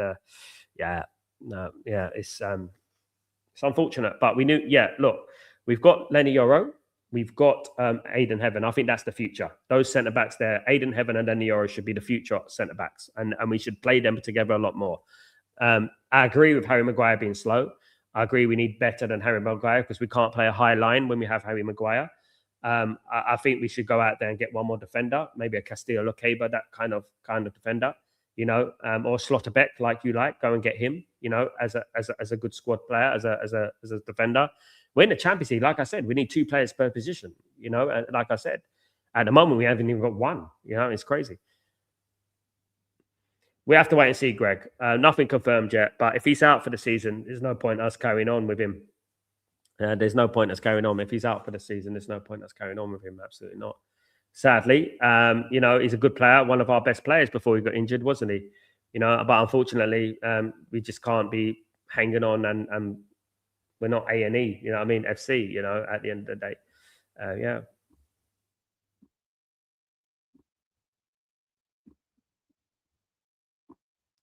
But big everyone in the stream. Really appreciate this one, guys. I had a long day. I've done Breaking Dawn. I was up at 4 a.m. doing the watch along, guys, for Iraq against Iran. Iran against New Zealand, which was a great game, by the way, guys. If you watched it, it was a great game. And I've done that watch along, done Breaking Dawn, and I'm on this watch along now. So we've got Algeria against Argentina tomorrow. So we've got Argentina's debut in the tournament tomorrow. Let's see what Argentina could do. I'm actually saying that Algeria might even win that game. You know that? I'm actually saying that Algeria might actually win that game. You know what I mean? I've got this feeling. I'm in two thoughts whether to do Jordan against Austria. I'm like, I'm a bit like, you know, there's Argentina against Algeria, but then there's Jordan against Austria tomorrow. So I'm caught in two minds. Big up, Jav. What's going on, my friend? Hope you're doing well. Hello, Sal. Hello, my friend. Hope you're well. Sal, I can't understand the World Cup right now. Nothing seems ordinary. Spain, Belgium, Uruguay losing points, and a lot of draws. Too many draws. Yeah, it's a little bit strange, isn't it, Jav? I do think it's difficult. I do think the environment is different to what they're used to. I remember this happening in the World Cup in 1994, a similar situation. I think they've had a long season, a lot of these teams, obviously, especially PSG players. Look at the French team today. Yeah, look, it is kind of like the tournament for the lower teams, you know, at the end of the day. JDC, Mainu, great dribbler, but his passing range is very limited. He's a Modric that can't pass. That's a good comparison, actually, JDC. That's a good one. He's a Modric that can't pass, but he can improve. And this is one thing about these players these days, JDC. This is the problem, isn't it? These players think they've made it. They think they're already the finished article. They don't need to improve. He should be on that training field, training every single day, like the old players used to do, who are actually serial winners. Do you know what I mean? How is Chouamini doing? Good. Hasn't put a foot wrong. Steady, solid. But the game is a very, very competitive, and both teams are cancelling themselves out. It is a team for the defensive-minded player. Definitely Jersey. But I think he's looking all right. Yeah. It's controlling the game. Looks strong. Physicality is very good. Obviously, he's going to need it against Senegal. Senegal, a very physical team. So, yeah, I think he's done all right.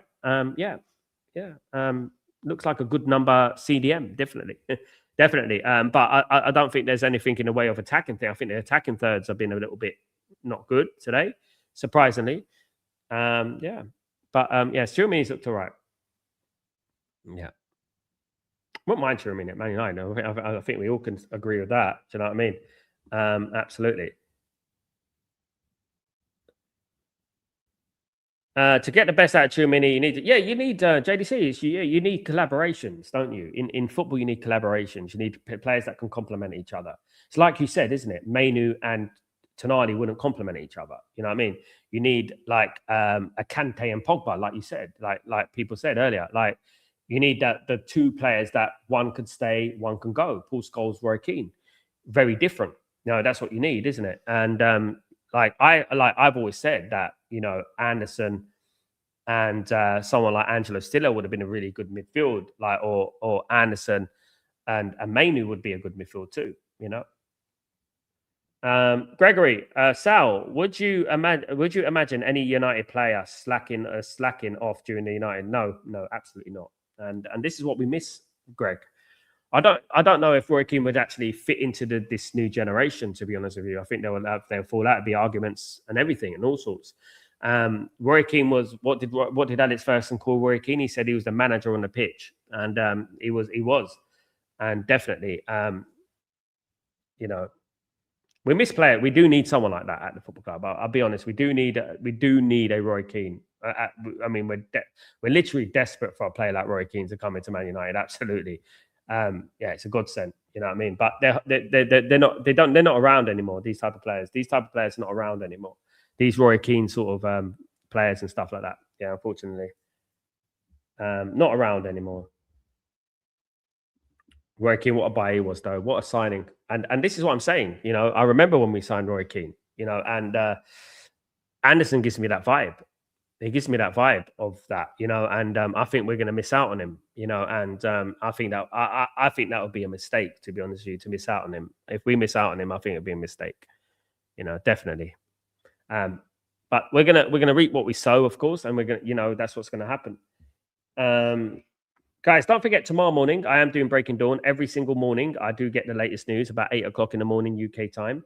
And I'm going to find out a lot about what's going to happen with Man United over this next few weeks. And hopefully we have some good news. Hopefully we have some news about signings. Hopefully we have some players coming into the football club very soon and get some agreements done. At the moment, the only agreement we've got done is Edison. Of course, Edison done his medical at the weekend in New York. Guys, and everything went well. Nothing has been done, put pen to paper yet in regards to an official move, though. Nothing can be done at the moment. Man United are waiting until July. They can, if they wanted to, they can sign Edison now if they wanted to, but they're going to wait until July. The closest we have is Slabby Maguire. What was with what a sad state of affairs. Big up, Gregory. Is true. Jersey, signing these young players is good, but definitely need a leader for the Champions League. Absolutely, who has the experience of winning things apart from Casemiro, who left. We need winners as well.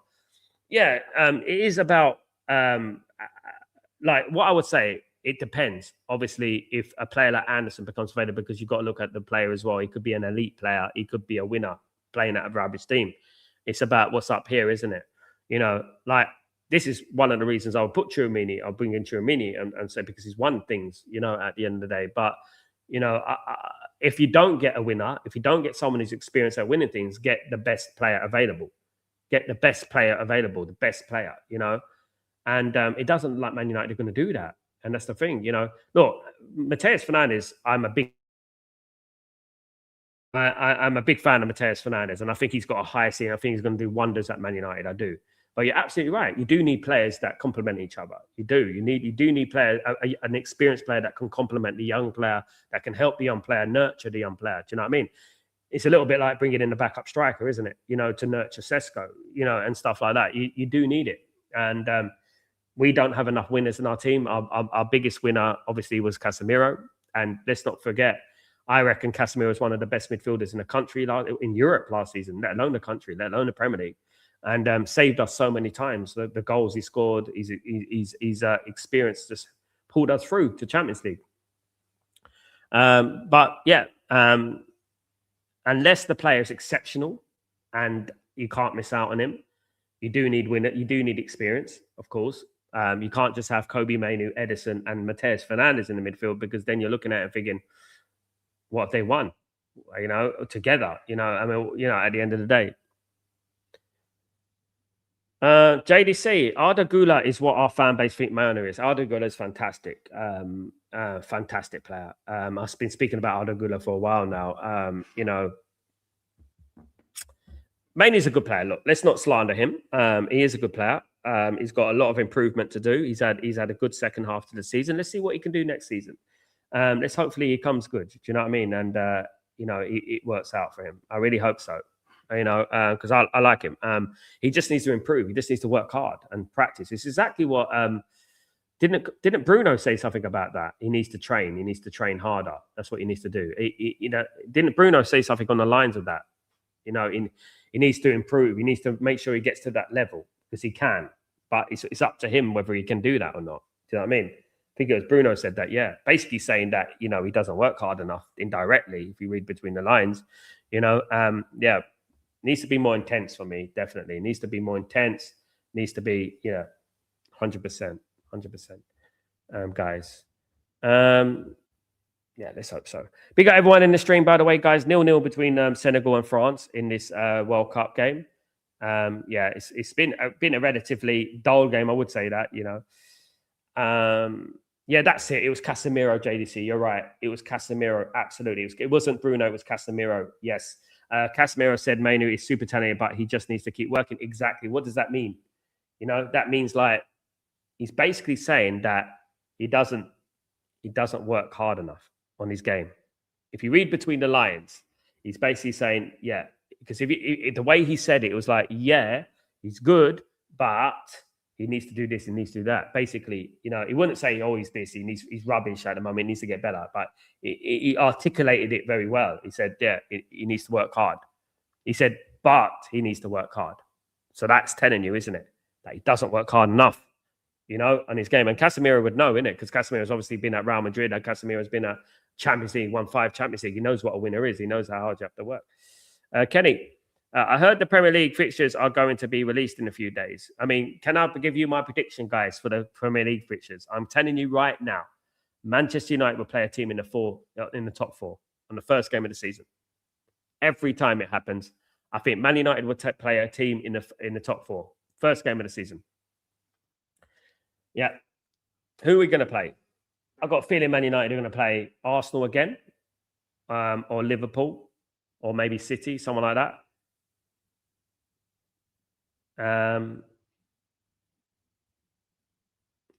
Are we talking about Anthony? A lack of working on his game by Kobe Mainoo? What do you mean by that? Are we talking about Anthony lack of working on his game by Kobe Mainoo? Don't get what you mean that. Man United, Chelsea, that's the sort of game, Kenny. That's what we're going to get. The first game of the season. Trust me, Ken. Trust me. I know it. It's so predictable. Second half is about to start, guys. Here we go. We're underway. We're ready to go, guys. Here we go. We're underway. 0-0 between France and Senegal. Can someone take this game by the scruff of the neck, guys? Can someone win this game? Let's wait and see. But yeah, I do believe that we're going to end up playing one of those teams, one of those top 4 teams. Absolutely, 100%. I could see it. We're not going to get Ipswich at home first game of the season. They won't let it happen. Yeah, we're going to get a tough team. Jersey. I'm hoping next season with the All or Nothing series we put on a show at these performances. I think it's going to be the season after, though, isn't it, Jersey? It's in 2027. That's what I'm hearing. It's not in 2026. It's 2027. Maybe it's going to be half of next season and the beginning of the season after, maybe. That's what I'm hearing. Does Mainu never work on his game outside of practice like Anthony? What's Anthony got to do with it, though? What do you mean? Does Mainu never work on his game outside of practice like Anthony? I don't know if Anthony works hard or not. I haven't seen Anthony hasn't played for Man United in a long time. It's a weird comparison. No, because a lot of these players think they've made it. They think they made it. That's what it is. They think they've made it. When I was growing up, players used to stay behind in training, even though they were serial winners. You know, even though they already won it all, they wanted to improve. They had this passion to improve. And they didn't do it for the cameras either. There was no cameras around. There was no social media. They used to stay behind in training. These days, our players get annoyed when they have to go home in the dark, you know, and that's the difference. You know what I mean? So I think Mainu has the world at his feet. I think he can be anything he wants to be, but he has to work hard on doing that. He has to work hard because at the moment, like I said earlier in the show, I think that there's something missing from him. I don't know. I mean, like my guy said there, JDC, he's like, chance, oh, good strike from Doué there. Good strike from Doué. It's like what JDC said there. He's Modric without the passing. So why not work on his passing? Because maybe that's the spark that he's missing. Do you know what I mean? Anthony was never bad player. We just played 90 minutes for a 40 million pound player. True, JDC. Yeah, true. Very true. Christian, even in Sal, I think Somerville will be at Old Trafford, but he's got something that he just wants to take players. Could surprise us. Could do, Christian. Could do. You know, I watched him for Holland the other day. I think he was all right. You know, I don't think he's an absolute world beater. But one thing I liked about him is that he did get it on the outside and he did cross the ball. And that's what I want out of a player. It depends how much they want for him, though, isn't it, Christian? How much West Ham want for him? Because West Ham obviously overpricing their players significantly higher. I'm hearing ridiculous numbers for Somerville, like 65 million. It's too much for a relegated team. You know what I mean? No, I just feel like the priority should be the midfield, get the midfield fixed, and then we can reevaluate that later on. My biggest concern is that no one really wants Somerville apart from Man United. You know what I mean? And that's my biggest concern about it. But yeah, look, if we sort out that midfield, you never know.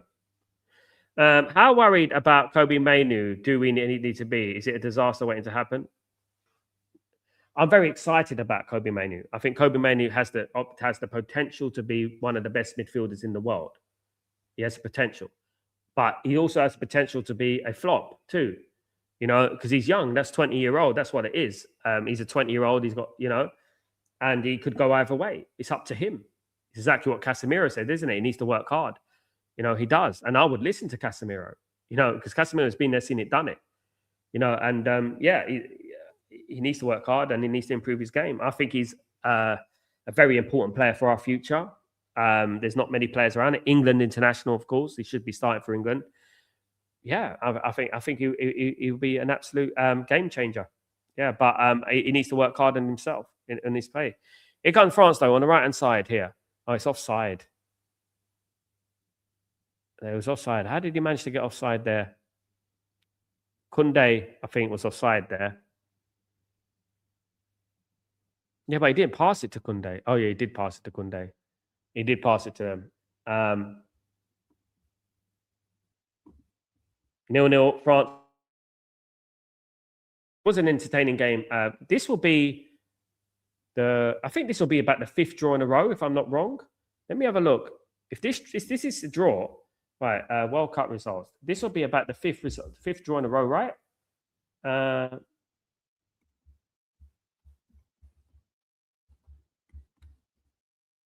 So let me have a look at this. Yeah, look at this. Look at this, guys. So basically, it wasn't that one, was it? What am I looking at? No, Sweden won 5-1, to be honest. Oh, yeah. So it was from now, look, it was Saudi Arabia 1, Uruguay 1, Iran 2, New Zealand 2, and it's France 0. It was Belgium 1, Egypt. No, this is where it started, right? It started from Spain. Spain 0, Cape Verde 0, Belgium 1, Egypt 1, Saudi Arabia 1, Uruguay 1, Iran 2, New Zealand 2, France 0, Senegal 0. 1, 2, 3, 4, 5. If this is a draw, this will be the fifth draw in a row. What are the odds in that? Fifth draw. Has that ever happened in the World Cup? 5 draws in a row? Unbelievable.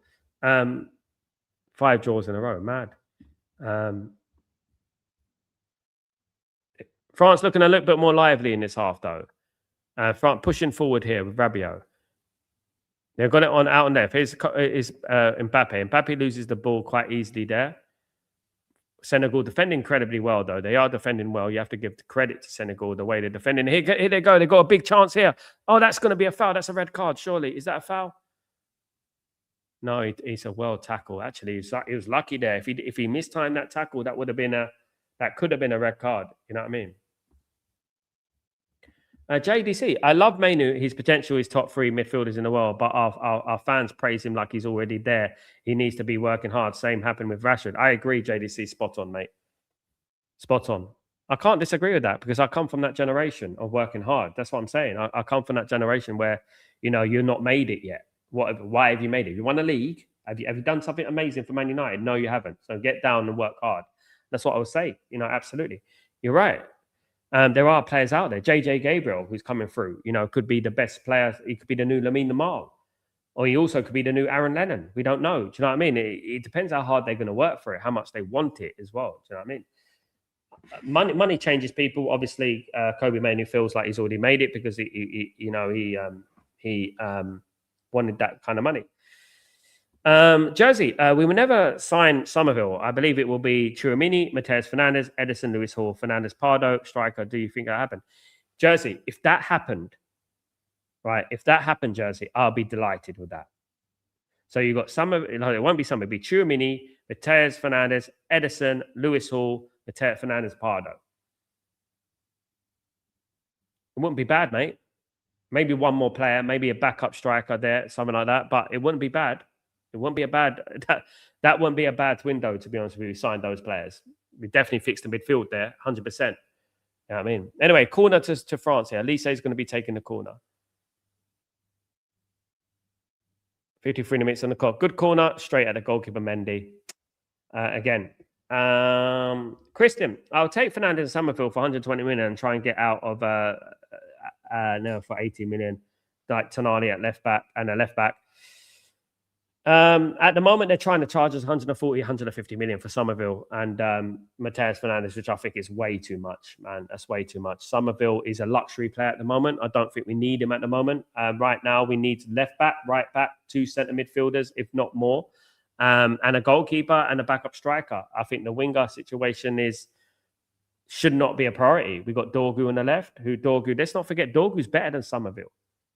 Dorgu is better than Somerville. He's better. You see him playing for Denmark the other day. That guy, Dorgu, is better than Somerville. I would be happy. I would be happy to have Dorgu in the left. Rajat, hello. Crap and average game. Yeah, crap. Very rubbish, mate. Very rubbish game. Surprisingly, it is a very rubbish game, considering the amount of quality that's on that pitch. Here comes Senegal, though. Senegal passing between the lines very well there. They're pushing forward here with a Gay. Gay passes it to Nicholas Jackson. Nicholas Jackson, no. I thought Nicholas Jackson could have done something there. I thought otherwise. I should have thought otherwise.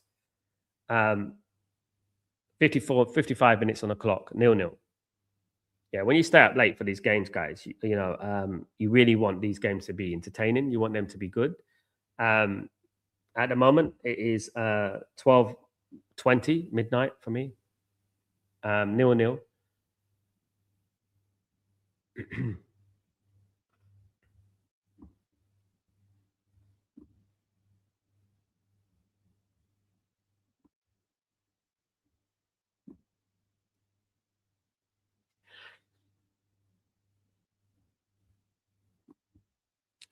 We need Chouamini, Mateus Fernandez. It's strange how it's gone quiet with Angelo Stiller, though, isn't it? Here comes Senegal. Oh, very close. It's strange how it's gone quiet on Angelo Stiller, though, isn't it, Greg? Hopefully it doesn't. Hopefully we are aware of him still. I'm waiting for the World Cup to finish, hopefully. But it does look like we're ignoring him. There's a few players we're ignoring at the moment. A few players we're ignoring.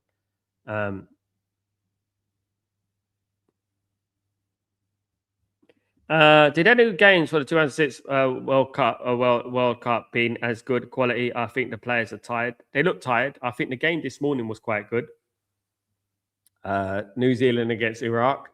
I think the Holland against Japan game was quite good.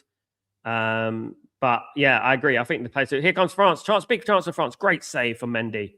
It was clean through there. My goodness, what an opportunity for France.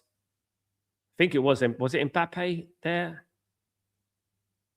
It was a massive opportunity in this game. The best opportunity in this game is fallen to France. And it's 0-0 still. Great save for Mendy, though.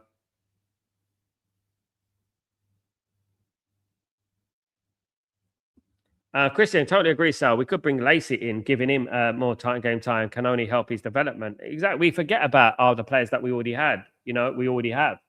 This is the thing. JJ Gabriel, Jim Freites, Cher Lacey, going to be great players. Absolutely, Christian. Hussein, it's weird to say it, but maybe they want to include Somerville to help West Ham and make it easy to negotiate buying both them, help them get most of the money. Did you understand my point? Yes. I know that West Ham United need to raise 100 million, and maybe it might help. Maybe West Ham are saying to us, well, if you want, you can have Mateus Fernandez and Somerville, for 140 million. Maybe they're saying that. We'll give you Mateus Fernandez if you buy Somerville from us as well. Could be. But I don't think West Ham want to weaken their side for the championship too. They might not want to sell these players, because obviously it's very difficult, the championship. Here come France. Penalty. I thought that was a penalty. He did play for it. Yeah, it's not a penalty. He's not giving it. He's not giving it.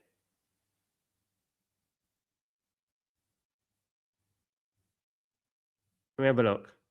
He did die. He did play for it. 1 second. He got the ball, didn't he? Did he get the ball? No, he didn't get the ball. That should be a penalty.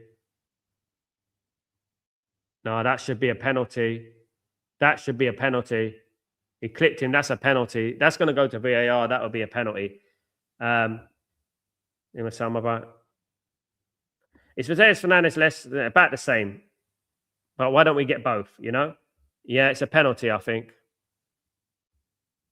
Unless he dived. He clipped him a little bit. It's a VAR check. I think it's going to be a penalty. I think it's going to be a penalty. It was a stupid challenge, to be honest with you. It's a stupid challenge. It's a stupid challenge to do it, but he was in the box. It was a silly challenge to give away. I think it's going to be a penalty.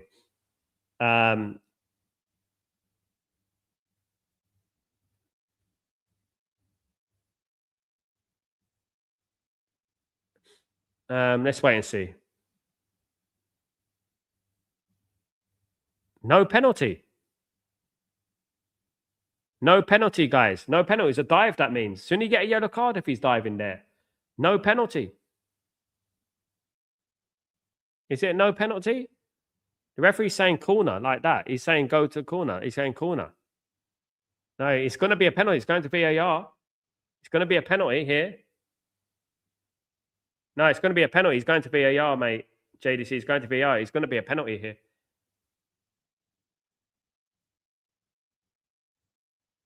Yeah, you can't lunge in like that without touching the ball. That's a penalty all day long. You can't. That's going to be a penalty. Just give the penalty. It's going to be a penalty. Definitely a penalty. You can't do that unless you win the ball. You can't lunge in like that. That's as big a penalty that you're ever going to have. Yeah, it's a penalty. Surprised the referee didn't see it. He's right in front of it. Surprised he didn't see it. Yeah, he's going to give it. As soon as you go to VAR, he's going to give it.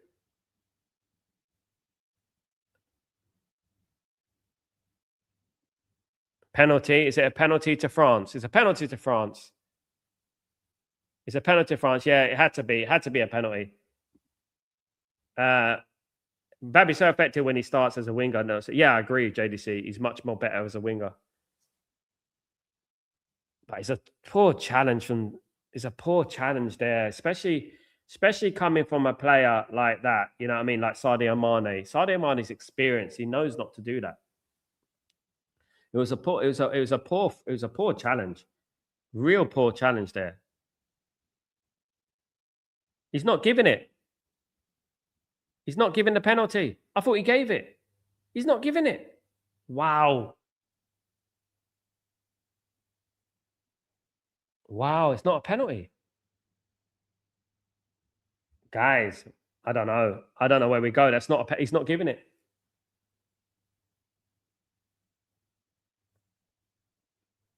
They're trying to explain.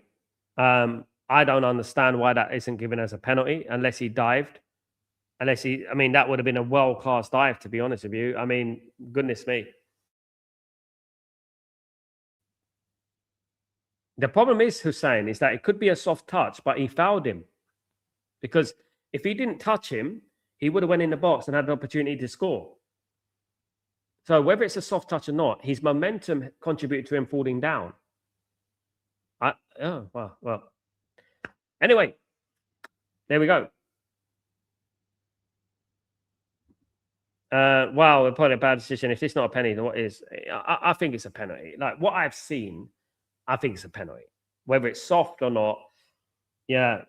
Whether it's soft or not, I think it's a penalty because you clipped him, guys. When I used to watch Man United at the Stretford end. I used to be in the front row of the Stretford end, right? And a lot of times I used to see players like Ryan Giggs, Cristiano Ronaldo, Andre Kanchelskis, all these players I used to see close up because I was front row of Stretford end. And sometimes the player would be running so fast, like Giggs, like Ronaldo, and all these players, that they will get clipped by a little bit. But you saw, because you were close and you were looking at it, that the moment he clipped him, he contributed to him falling over because he was going so quick. It's the same with Mbappe, because Mbappe is so quick. People don't understand how quick he is. So he goes like this, like poof, like you just need that little clip to make you fall. When you go fast, you're more inclined to fall. Big up, Hassan. Not even a soft touch, man. It took him out. Manny knows it. Manny knows it, man. Manny knows it. I thought he gave it out. I thought he pointed to the spot. And for to not give the penalty after he looked at VAR, he's actually doubled down on it. Don't care don't care if it's France. Yeah, I suppose so, Richard. I get your point. Anyway, France are going to score here. No, nearly. Mbappe almost got there. It was a Mendy again who got the ball. Literally inch. Good ball, though, from Elise. France are dominating this second half.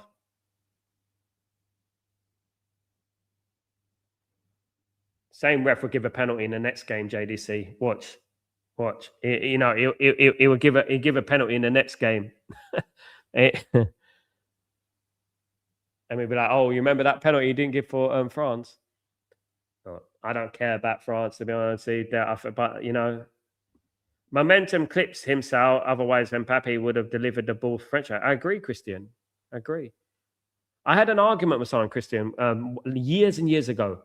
And like I said, I used to be front row in the Stretford end. I used to watch football right in front of me, Cristiano Ronaldo and all that. And people would say that Ronaldo dived. People watch it on TV. They'll say Ronaldo dived. And I was right in front of it. And I'll see when Ronaldo was running, it would be like a little clip and you hear it like that. and then he'll fall because he's going so quickly.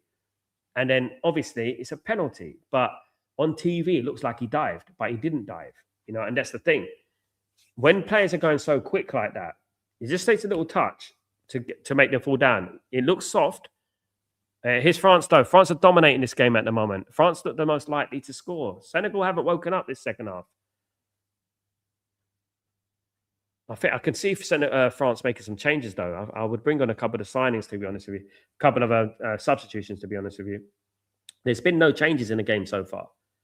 There's been no changes in the game so far. No one has made a change, which is a little bit strange. We're in the 65th minute.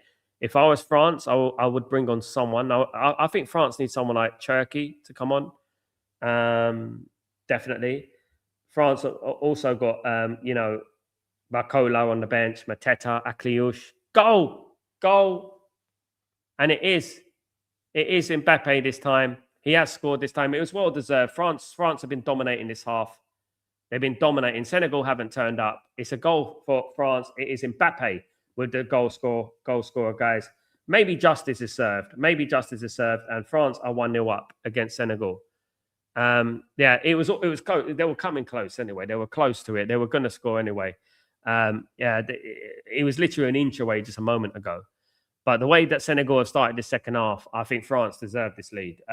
They've been the better side, in my opinion. This second half, I've been disappointed. It's a close one. It was a good finish, good play, good finish. Great finish on the right hand side. Yeah, very nice finish, beautiful. Mendy, maybe, yeah. Mendy didn't make himself big enough there, to be honest with you. He didn't make himself big enough. It's the way it is, isn't it? 1-0 to France. France got big up, Nicky. How you doing, my friend? Hope you're doing well. Yeah, I think well deserved from France. I think France have been the better side. I'm going to admit, like, France have been the better side this half, and should be leading. I'm disappointed with Senegal this half. I'm disappointed with Senegal.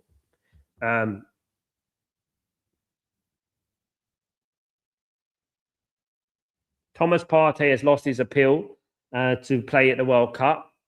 His appeal has been rejected. He can't play. Guys,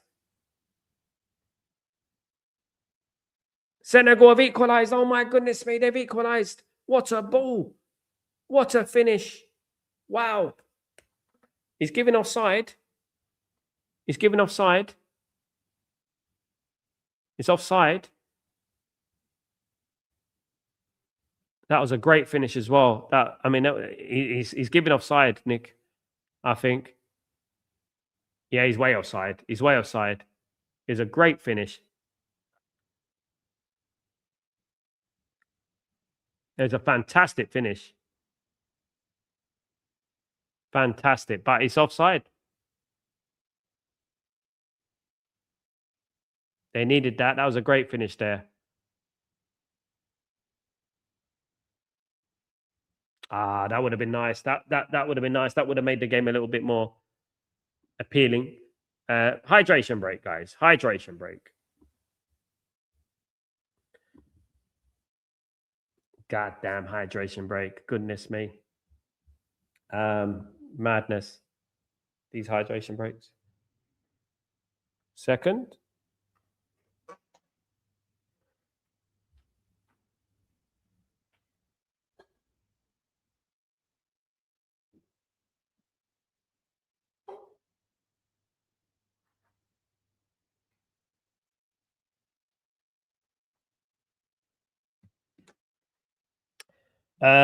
Richard, Arsenal defenders in the World Cup have been awful, Sal. I mean, didn't you see, was it Zubamendi, Mourinho, Raya on the bench for Spain? They weren't even playing, mate. And they rate their players so highly, they weren't even playing. You know what I mean? Christian, Senegal is going to snatch a point, I feel. I hope so. Americanization of football. They've got to stop this, man. Because, football, it's about momentum. This hydration break is a joke. It stops the momentum of the game, to be honest with you. And it is a joke.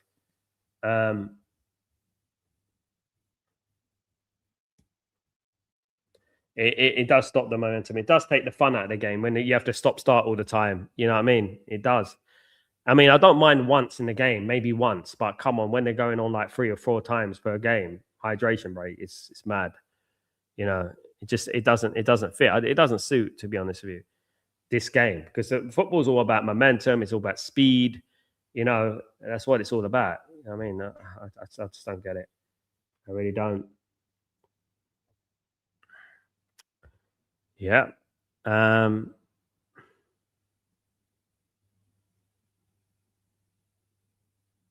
Big up everyone in the stream, guys. Thank you everyone for joining me today. I really appreciate you all. JDC, it's okay in the Saudi Pro League because it's very hot in Saudi. America's in that hot. Yeah, it's like 26 degrees. I don't understand it. Yeah, if it's like 30, 40 degrees, I understand that. Yeah, of course. But they're not doing it because of hydration. They're doing it because of adverts. It's actually like it's ridiculous. They're doing it because of adverts. They want to put commercials and stuff on it. That's why they're doing it. And that's the thing that, is bugging me. Elise is a great player, Ephraim. Yeah, very good player. But he's improved a lot as well since he's been to Bayern Munich. He has improved a lot.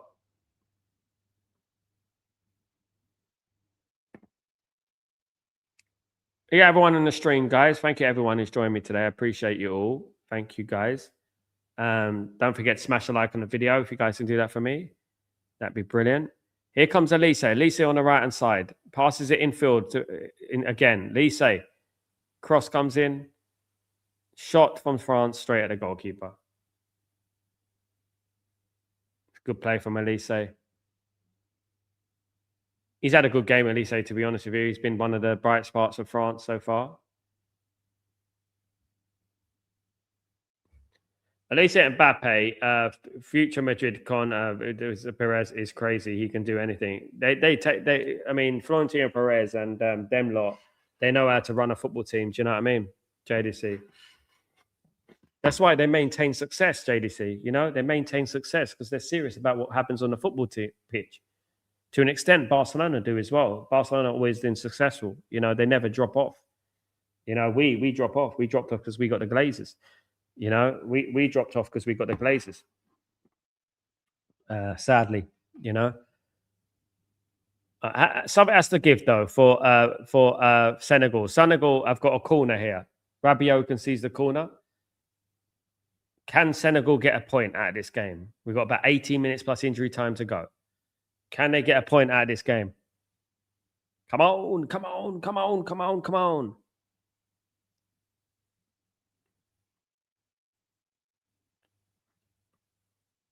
This is a baseball stadium, isn't it? I've seen this stadium. It's a baseball stadium.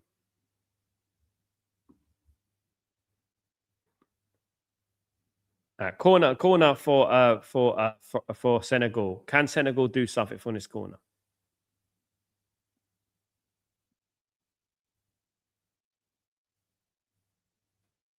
Cross comes in. Long cross.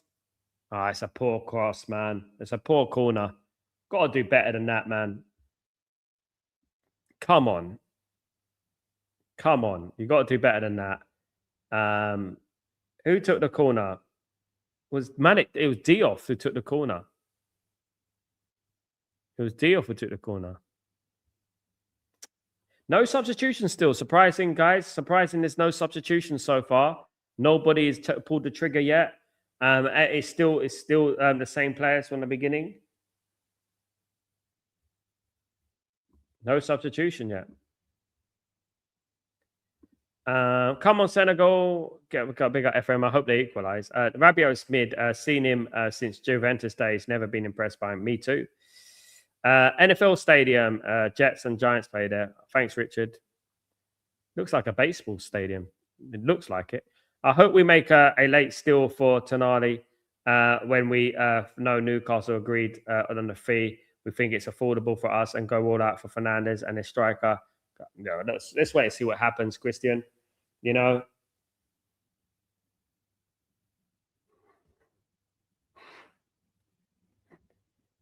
One thing's for certain, we know what needs to be done, don't we, Christian? We know what needs to be done. We know what players we need. Let's hope. Let's hope, innit? You know, that they do it. I mean, the problem is with Tonali is that actually De Zerbi and Tonali are quite close. They're friends, but Man United have connection to Tonali as well in regards to um, Bavel and people like that. But De Zerbi and Tonali, they're actually from the same city. They know each other, so that could be a pull for him, innit? You know, guys, and it'd just be another one crossed off the list, like you know.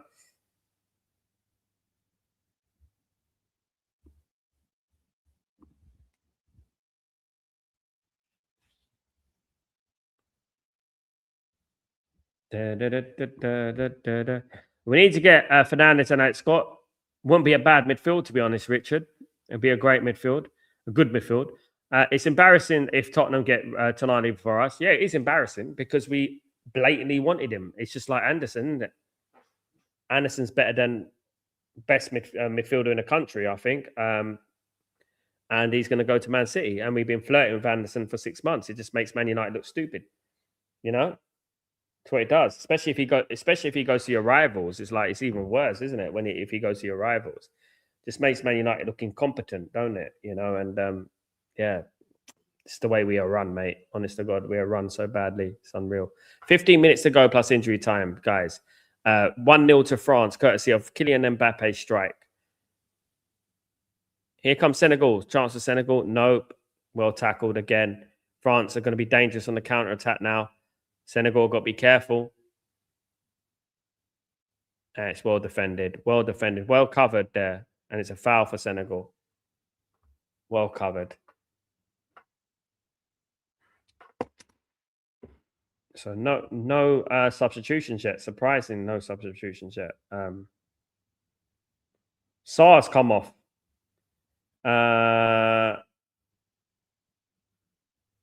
So Sarah's come off now, and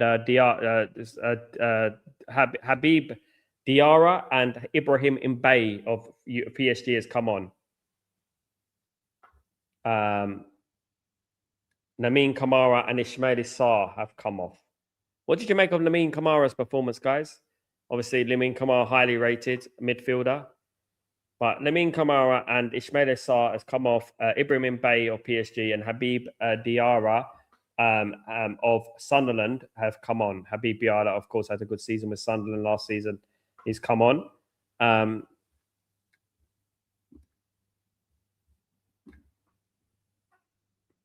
They've got to do something, Senegal. Otherwise, they're going to lose this 1-0. There's no point losing 1-0. They might as well go for the game. They might as well go for it. You know? There's no point messing around. Free kick. Long one. Headed back.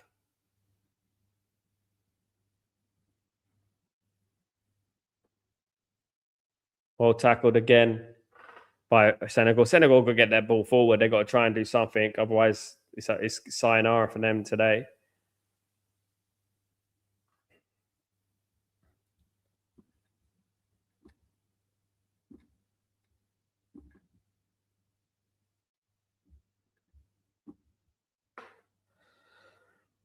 It hasn't been the most entertaining game, to be honest with you. I'll be honest, guys. It has been a little bit lackluster. It hasn't been the most edge of the seat sort of thing. Definitely not. It's had its moments, but it hasn't lived up to the bill, to be honest. It hasn't. It has. I mean, I was excited about this game. Is there any watch along after this? Nah, not until tomorrow morning, Ephraim. I've got Algeria, Argentina tomorrow morning. I wanted to do Iraq against Norway, but it's too late for me. 2 a.m. is just, especially have to be up early as well. Yeah, I have to remain sharp. I've got a couple of. There's a chance. Oh my goodness, it's a good chance again. It was a good chance again. Nicholas Jackson again for Senegal, and he just can't put the ball in the back of the net. It was a great cross, brilliant cross by Diop there. Unbelievable cross. That's what we like to see. Great cross from Diop. And it's over the bar. He didn't get on it. He just couldn't get over the ball. He couldn't get over the ball there. That should have been 1-1. There's a great cross. Dembele's coming off for France. Barcola is coming on. Barcola's on the pitch. That was a great ball, Dioff. That was a great ball, JDC. That's what we want to see. That's what I want to see in the left back. You know what I mean? That's what I want to see. You know, football's a simple game, you know, if you make it simple, you know, just those sort of things.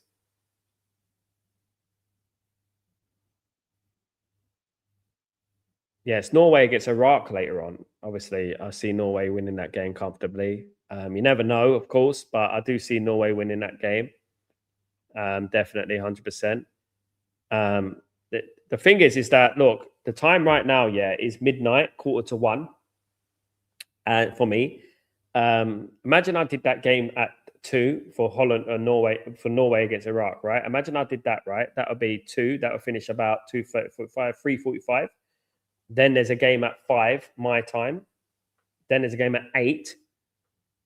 And I can't go sleep in the day. I've got things to do, and I've got Breaking Dawn at uh, 10 my time, right?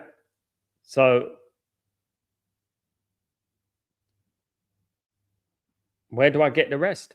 That's the thing. The time, you know, it's just like it's the games are too because there's so many games, because there's so many teams. The games are all squeezed in. You know, they've got too many games. Like, and yeah, there needs to be a space. Needs to be a little bit of a respite. To be honest with you, needs to be a bit of a respite in between games. You know, finally, Dembele's been awful, mate. It's been awful. Iraq will beat Norway. There you go. Would you take Jackson at United? Say, waste of cat. No, I would not, mate. I would not. No, I wouldn't take him. I think he's good at holding the ball up and stuff like that. Yeah, France have scored again. France have scored again. Is it? Is it? Oh my goodness me! It's wide open. A great finish though. Lovely finish. Just a little dink over from Barcola. The substitute has scored. Barcola has scored.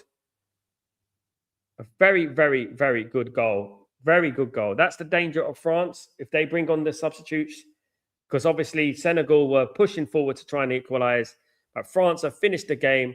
It's France 2, Senegal nil. And yeah, they've deserved it in the second half, to be honest with you. It was a big miss from Jackson earlier on. You see, that's the fine margins in football. If you don't take your opportunities, you know, you get sucker punched. And that's what happened.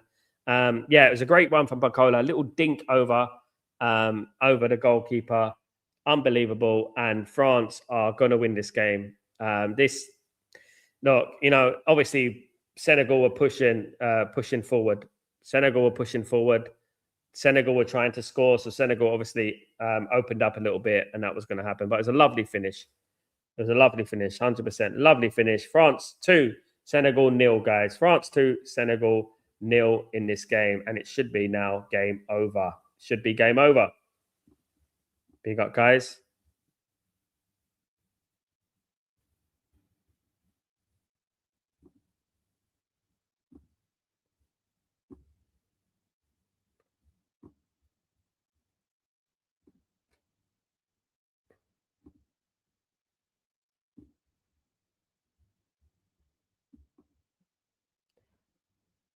Nikki, I'm worried about the transfers are not going to be players with quality and just throwing money at poor signings. I'm worried as well, Nikki. You have to be. You have to be, you know.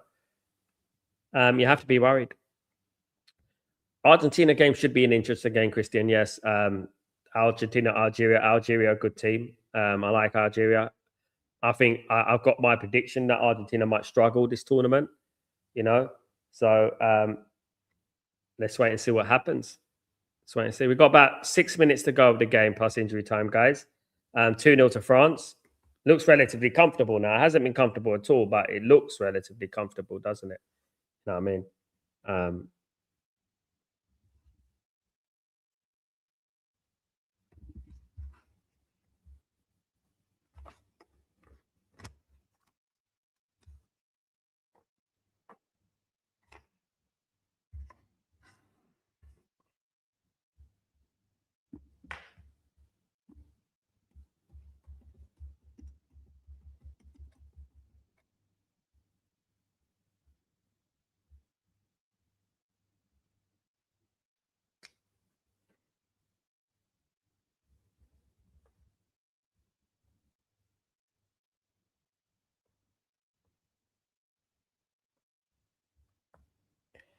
Chance. It's gone straight to the goalkeeper.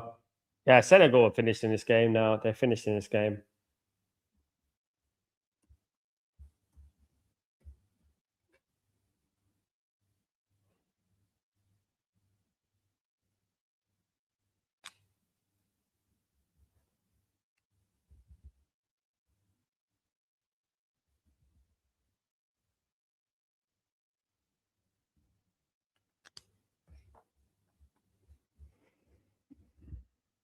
Big up everyone who's been on the channel, support the channel. Thank you so much, guys. Really appreciate it. Smash a like, guys, if you could do that for me. That'd be brilliant. On the way out, if you guys can do that, it'd be great. We've got a few minutes left in this game. Looks comfortable now for France. More comfortable than it should have been. Because I do think that Senegal didn't turn up in the second half for whatever reason. They had a good first half, Senegal. They looked like the better side, but second half, they just didn't turn up, did they? You know, that's what happens.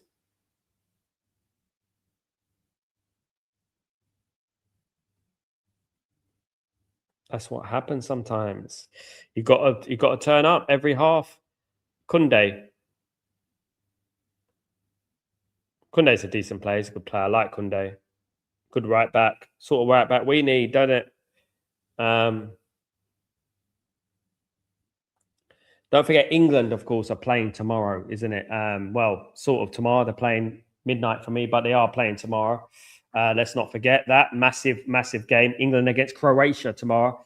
We'll be doing the watch along for that one. We'll also be doing the Portugal one, guys. We got a few games coming tomorrow, of course. So should be interesting. Should be interesting indeed.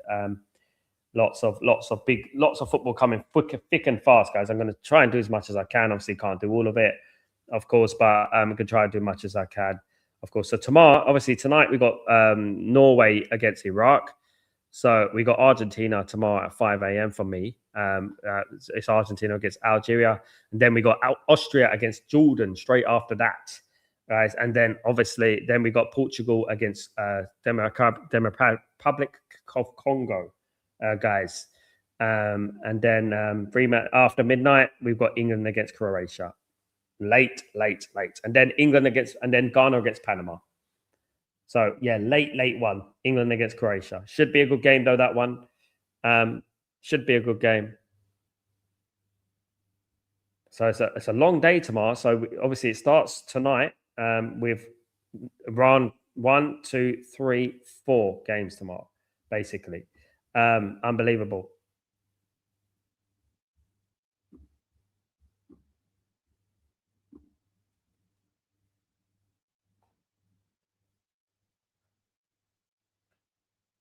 Smash those likes, guys. Getting the likes up. Thank you so much, guys. Really appreciate it. And let's see how much time is going to be added on.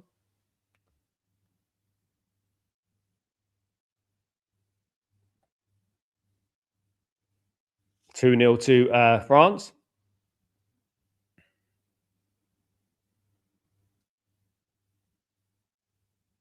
It's the thing, isn't it? This is what I was saying at the beginning of the friendlies is one thing. When you're winning friendlies is one thing, but when it matters what the World Cup. When you're in the World Cup, these are the moments that matter, isn't it? You know. Christian, any youth players you would like to see this season breaking through the first team? So we always bring through someone in. There's a few I would like to see. I think we have got actually quite a golden generation going on. I think there's obviously JJ Gabriel. I want to see him next season. Jim Thwaites in the midfield. I want to see him. I want to see Godwill Kukunki as well. I like him, and I want to see him. Share Lacey will get more opportunities as well, of course. But there is a few. I mean, obviously Mantato, I'm a big fan of. I don't think he's going to get an opportunity next season, even though he'd be a good right back for Man United.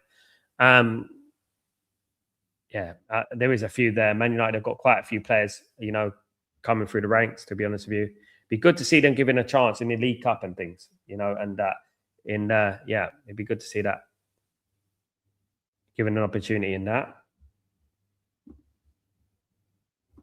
Corner to Senegal here.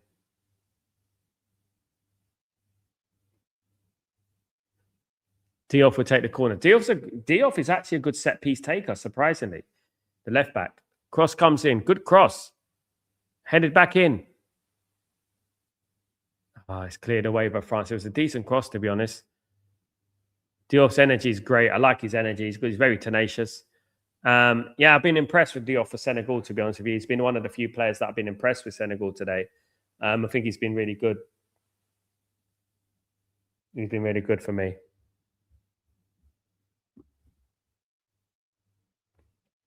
Eight minutes of injury time. 8 minutes. So much minutes of injury time, guys. It's too much, man. Goodness me. Game's over. Anyway, 8 minutes injury time. Senegal got 8 minutes to save themselves, guys. 8 minutes. Yeah, my goodness me. Where'd that come from?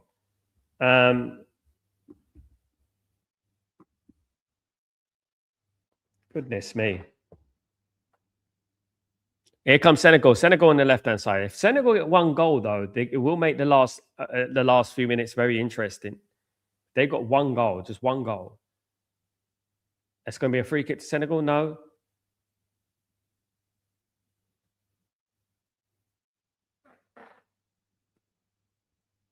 Seven minutes left. France always going to be dangerous on the break, of course. This happened. England played Senegal in 2022, if you remember, and England won the game 3-0, and it was very similar to this game. Very similar. I was watching the game, and Senegal kind of capitulated in the end. They kind of like surrendered, and England won 3-0. It's very similar to that game.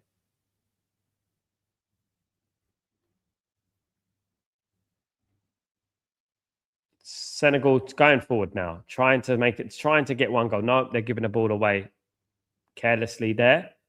Careless from Senegal.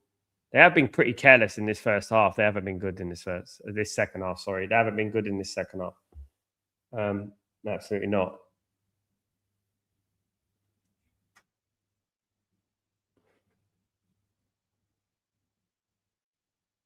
France on the attack.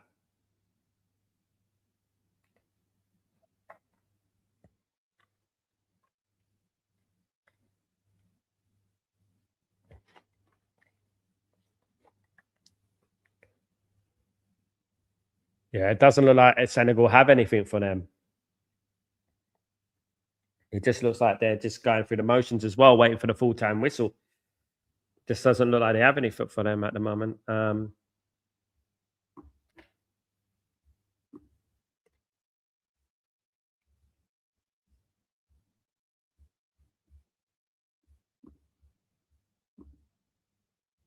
Gareth Bale's in the stadium. Gareth Bale, ex-Real Madrid players in the stadium.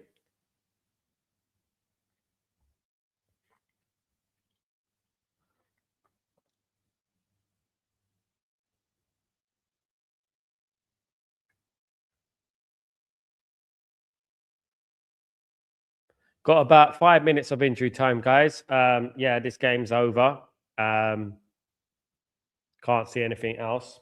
Can't see anything happening in the last few minutes, to be honest, the way Senegal were going about things.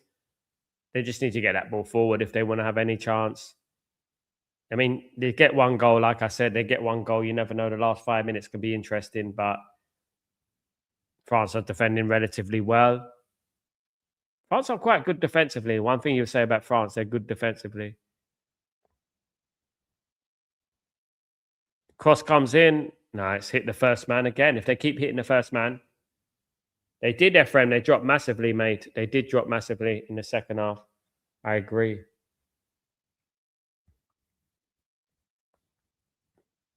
They did drop massively, 100%. Not a good performance on them. Not a good performance on them. Really disappointed with them in the second half. Don't know what happened to them in the opening few minutes of the second half. They just suddenly collapsed, capitulated.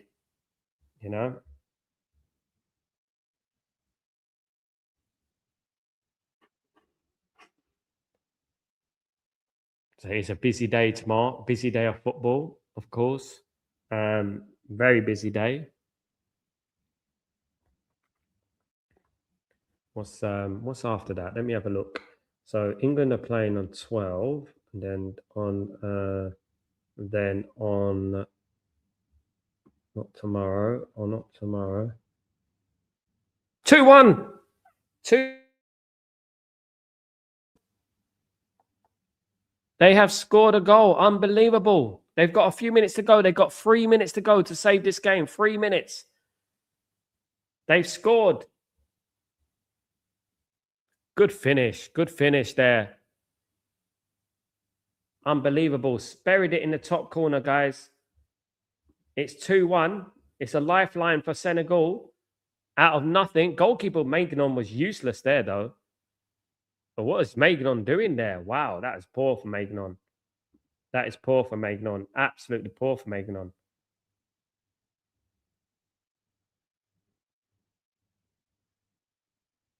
Unbelievable. Unbelievable. Game on, guys. Game on. Game on. It was Mbaye with the goal scorer. He's the goal scorer. I mean, I don't know why he didn't start the PSG player. He scored. But France are coming back here on the attack. Shot from... Oh, it's 3-1. Wonderful goal. Wonderful goal. 3-1. Game over. Straight away. Mbappe. Straight away. He was unmarked in the middle and he has buried it and it's 3-1. Give it up. It's over now. Sats me on his arse. Mbappe just he's a good player. Mbappe. Senegal scored. Yeah, I got it.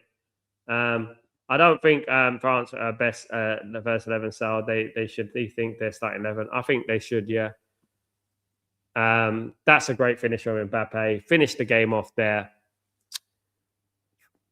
Picked it up from about 30 yards out. Smack in the top corner.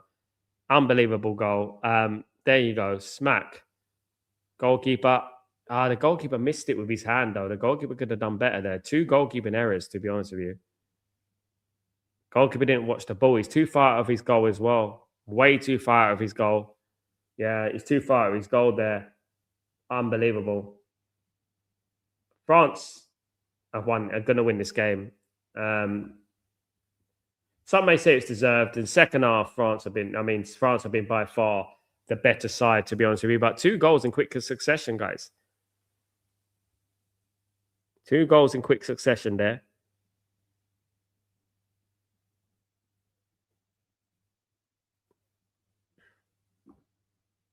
Great guy it was, wasn't it? Only change should be Dembele on bench. He's always poor for France. Yeah. They got a good squad. They got a good squad. But I've been disappointed with Senegal this second half. I think Senegal are giving them this game. Really have. You know, Senegal are weak this half. I thought they contained France pretty well in the first half. I thought they did well. I thought they were actually the better side. None of it. None of it. Cross comes in, cleared away.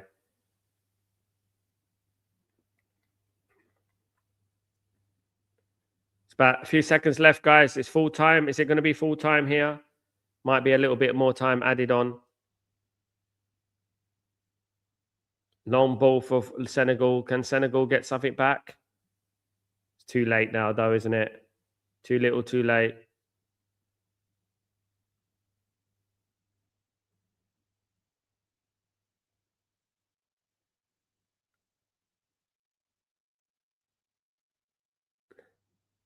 Is that a foul?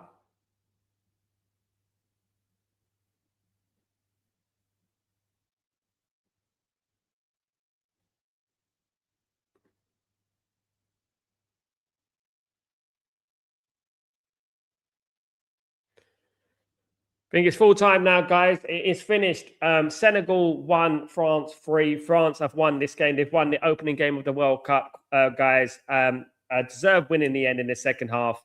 Senegal have themselves to blame in the second half. They were nowhere to be seen in the second half, to be honest, guys.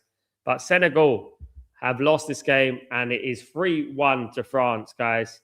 In this game, the game is done. The game is over. It's finished. By 3-1, guys, in this game. It looks like we're still relatively playing at the moment. Here comes Senegal.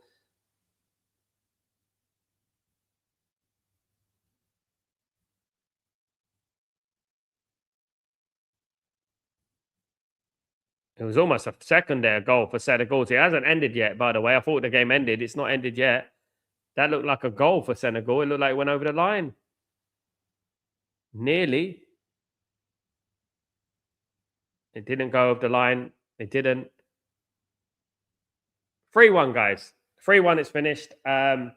Senegal lose this game. France win by 3-1, guys. Don't forget to smash a like on the video. France were good in the second half, I would say. Good. I mean, there are gears to go, definitely. But yeah, deserved win in the second half from France.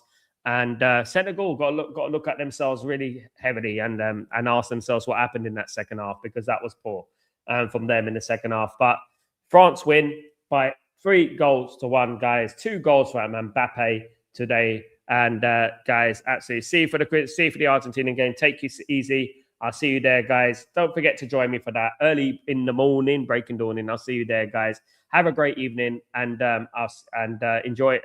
Enjoy the Iraq game. Viva Iraq. Anyway, take it easy, guys. Have a good one. I'll see you soon. Peace.